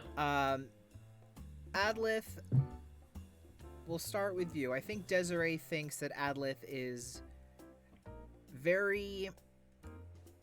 The word that's coming to mind is impressionable. She's kind of not so much worried as just like, please look out for yourself. Also, how the fuck did these flowers get into my front foyer? Like, And now they- she's missing a vase. And now she's missing a vase. Her vase is gone. Surreal. I feel like, if anything, Desiree would be like, you are perfect for like somebody to go on a walk with, to just vibe. I feel like she would also be the kind of person to be like, you know what, like, treat yourself to anything in my house. Kind of like a grandchild. Yes. Like, that's, like, I feel like Desiree, if Desiree and Surreal had more opportunities to just kind of hang out Sneak together. Surreal's little caramel and strawberry candies. Yeah, also definitely, like, the whole, like, Does the hand pat thing where she leaves like fucking Yeah. hard candies in, Or, like- in or their like a- hand. or like a $10 bill or something. Yep. Like, that's the kind of, the relationship that I think the two of them, if they hung out more, could definitely have. I definitely see Desiree just being like, you are my grandchild now, I will spoil you. Oh. Which is very good. Which is probably how you were able to get back into the house to take a bath, Yeah. honestly. Celeste, she has mixed opinions. I did shoo her ass out. You did. I don't... See, on one hand, I feel like she would admit that, yes, some of the things that Celeste said to her, she needed to hear. But on the other hand, a lot of the things that Celeste said, Desiree is just like, I don't feel the need to listen to this. Like, Gonna be honest, a lot of what Celeste was saying was kind of shit that she herself needed to hear. Yeah. She was mostly using her as a mirror. Yeah, I could see that. But like Desiree, With this woman living by herself being obsessed with one thing and one thing alone. yeah, Desiree did not appreciate having this plan that she had envisioned for her life basically shat on by this pretty little thing that thought that she with a mouth that could just you know, Desiree's just like, oh, wow, all right. Baby, she respects the amount of determination he has specifically for the things that he's passionate about. So definitely like, I'm here to do a job. Tell me how to finish the job. She also recognizes that there may or may not be some damage to her walls in the reading room. Doesn't know who caused it, but something tells her that it was Baby. Just out of the group, could figure that it was probably Baby. She needs to put like a directory like in her by her front door with like, here's how you get where you need to go. Well, I mean, now she doesn't have to use any of those rooms, so. Grats, great. Yeah, so it's fine. Oscar definitely would love to sit down and have a cup of tea. Definitely like I feel like the two of them could have very nice like conversations about just about anything. So very, very nice. I want to take this moment just to share with everyone else that I posited the idea of Dalavash and Desiree. And I'm just putting that out there. It's very good. Some vintage lady love. Jin loves all of you and thinks all of you are fantastic customers. Would gladly have you come and shop at his store again. It's because we're entertaining, isn't it? Like, we bring the drama. Sure do. Sure do. Oscar will punch someone else for Jin. Also, Jin loves Oscar's gumption. Oh, Thinks he loves the cut of your jib. Yep, definitely. He's probably kind of like disappointed that like, oh, you keep having to go and like do work, and like sitting down and just having a drink would be nice, but like they'll be back. He understands. Gil thinks everyone's gorgeous. That's for sure. Definitely intrigued by where all of you came from, and would have loved the opportunity to kind of inquire as to like where did you come from? What did you do? Like, what's your story? Because that's kind of like Gil's whole thing. Is they just have this desire to learn more about the world, and having people to kind of bring their stories to him is something that he loves. Yeah. Ilis hates you, all of you. Good. just little shits. Fucking good. Listen, I don't want him to like us. I love Ilis as a character, Yes. but oh my god, I want to give him a swirly. I will continue. Atlas will continue having that alarm go off and then not admitting that it was her. The rest of the time that she's there, she's gonna set it up.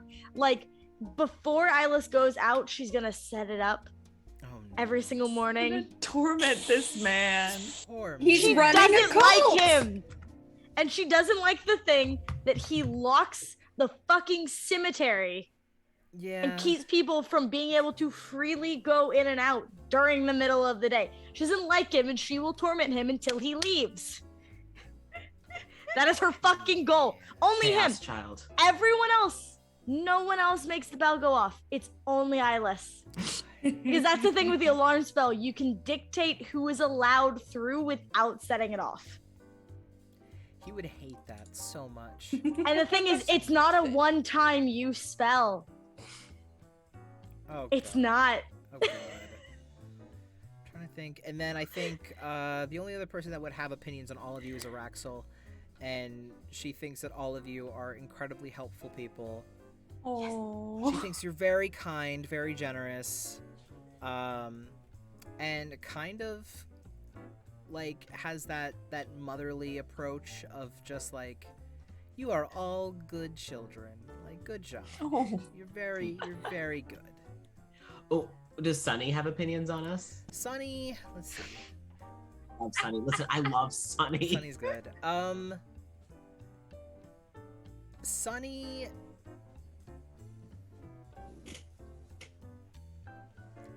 Sunny thinks you're entertaining. Take it. Just after seeing the shit with Celeste preventing Gil from eating breakfast for like a solid hour. Thinks that's hilarious. If only they saw Gil on the floor.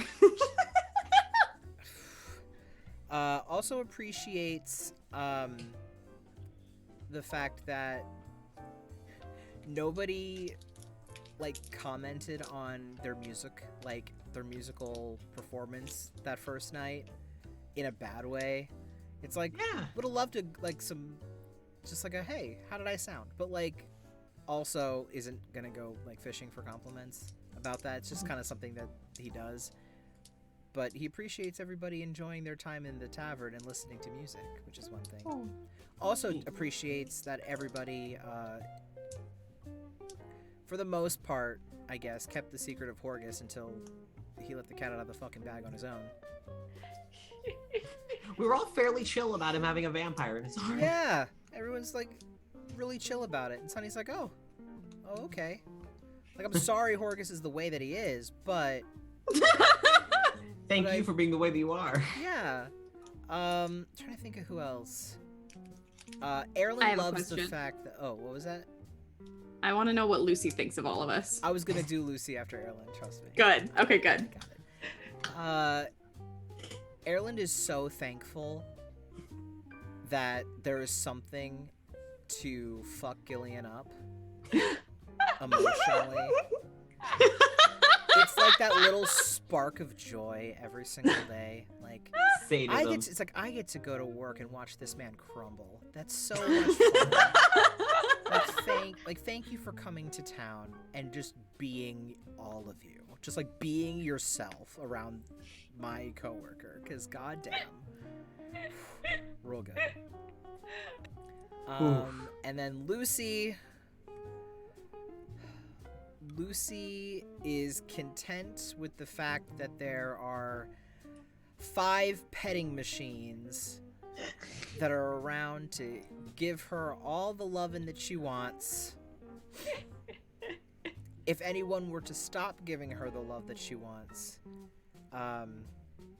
she would want to destroy everything and conquer the world. Probably. Oh no, we have to keep petting her to save the world. But Oh for the no. most part, she is Listen. very thankful that you're all like relatively good with like cats. In between catching chicken sessions. That is all Adlith has to do. Oh yeah. Say the word, she's there. Oh yeah. Listen, just borrows Lucy from her owners and just has her in a fucking baby Bjorn as she's chasing after chickens. So I know we talked about this earlier, joking about Cyril's cat, but Adlith crafting out of magic a fucking like little cat backpack and just bringing Lucy with her. I love the Yeah. idea of else's like cat. Adlith with a cat backpack and then like Surreal also with a cat backpack. And it's like the two of them Yes. like going on hikes with these cats. Yes. Eventually though, she does catch the chicken and like she still spends time with Lucy, but most of the time the chicken's in the cat backpack. I was gonna say, did you put the Let's be chicken in real. the cat backpack? God. Oh my god, that's really good. Yeah, but I think those are all of the characters that would have a definitive opinion. on That's the fair. group. Oh, bless. And it is about time for us to start wrapping up. So we got through all of our questions, which is exciting. Thank you all Yay. so much for all the questions that got sent in over the Twitch chat, over Discord, or anything else. Thank you so much for submitting your questions.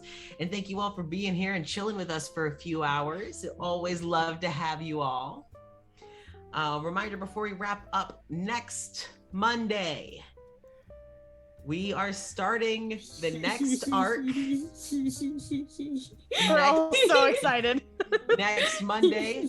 We will be starting Nexilis Clocked In, aka Capitalism is Bad the Game. Yeah. It will be canonically taking place about 20 years after Lotus House. You will see some familiar faces. But not from us. No, all these three will be playing all new characters. So it'll be Jason, Chelsea, and Jenny at it again with brand new characters. All interns at a major corporation where they are adventurers in training. Some are just doing it for the college credit, and some are wanting to become adventurers. You're gonna have to tag along and see why they're there and kind of how that's all gonna be set up. So we are gonna be moving to staying on Mondays, permanently staying on Mondays. And because of work schedules, we now need to be solid on Mondays. And we will actually be starting 1 hour earlier. So we will instead be starting from here on out at 4 p.m. Pacific Standard Time, 7 p.m. Eastern Standard Time. So just 1 hour earlier than we've been starting with this last arc. All of that updated will be on Twitter, Twitch, everything. It'll be right there. And we will still continue to give announcements on Twitter and in the Discord server. There will be announcements about that in the coming week. So we're going to be back to me DMing and Jason and Jenny and Chelsea all making brand new characters for us. We're all so excited. Oh, they're about made. this. We're already They're fucking made. Oh, You yeah. know I'm that so shit. excited. The moment. Character sheet, maybe not as much, but My like, character sheet still general- needs to be like fully fleshed out, but like fully she's finished. made. like Hey y'all, yeah. could I get those character sheets? Yeah. No, I can give you that link Didn't right now. homework. So yeah, we will be starting that next week, going back at it. And yeah, so this will be in the same universe. Again, with Aelmere, we saw Magna, so who knows who all we'll see in Clocked In. So I'm going to just give a little brief reminder that we are, again, very thankfully sponsored by Grinding Coffee Co., where you can get some of the best coffee on the internet delivered straight to your house. And that's the only thing straight about it. Everything else, Yeah. everything else about it is absolutely fantastic. So be sure to check out the website through the link that we shared in the chat. Again, a lot of proceeds there will be some proceeds that will go to us as streamers, but they also as a company do support marginalized streamers and have been very vocally against the hate raids and helping people combat hate raids. So we are very lucky to be partnered up with a team that's actually taking action against this sort of stuff. So we are very appreciative of that. So we are going to go ahead and wrap on up with this stream, and we will see you all next week, Monday at 7 p.m. Eastern Standard Time, 4 p.m. Pacific Standard Time. We'll Don't be starting look 1 at the hour times sooner. on the outro; they're wrong. They're wrong. Look at it and imagine an hour earlier. Also, we're gonna have an all new layout. Whole We new sure layout. are. That's I so says, nice. I gotta sit down And- and finish it. I'm very excited, especially because we are going to be using a website called Obsidian Portal. I am going to actually be making a lot of pages and character sheets for NPCs, notable locations, companies, etc., that will be public to players and viewers alike. It's already so cool. Yeah, it's already used so for cool. Aelmere just as like to try it out, and it's really nice. So Yes, it's very nice. So as NPCs are introduced, thankfully we are going to actually be having official character artwork by Cecil, who will be drawing the artwork for the various Obsidian Portal pages. Some of them already have their art in, which is exciting. So cannot wait for you all to see them and meet Saris, Dee Dee, and Andromeda. So I am very excited for you all to meet them, but we're gonna have to wait one more week. So we'll see you all next week. One day more. But hey, it's starting in- Another destiny. I mean, it's technically less than a week because in exactly a week, we'll probably be wrapping up our first session. So less than a week, y'all. oh boy. Good night, everybody. Excited. Goodbye. We also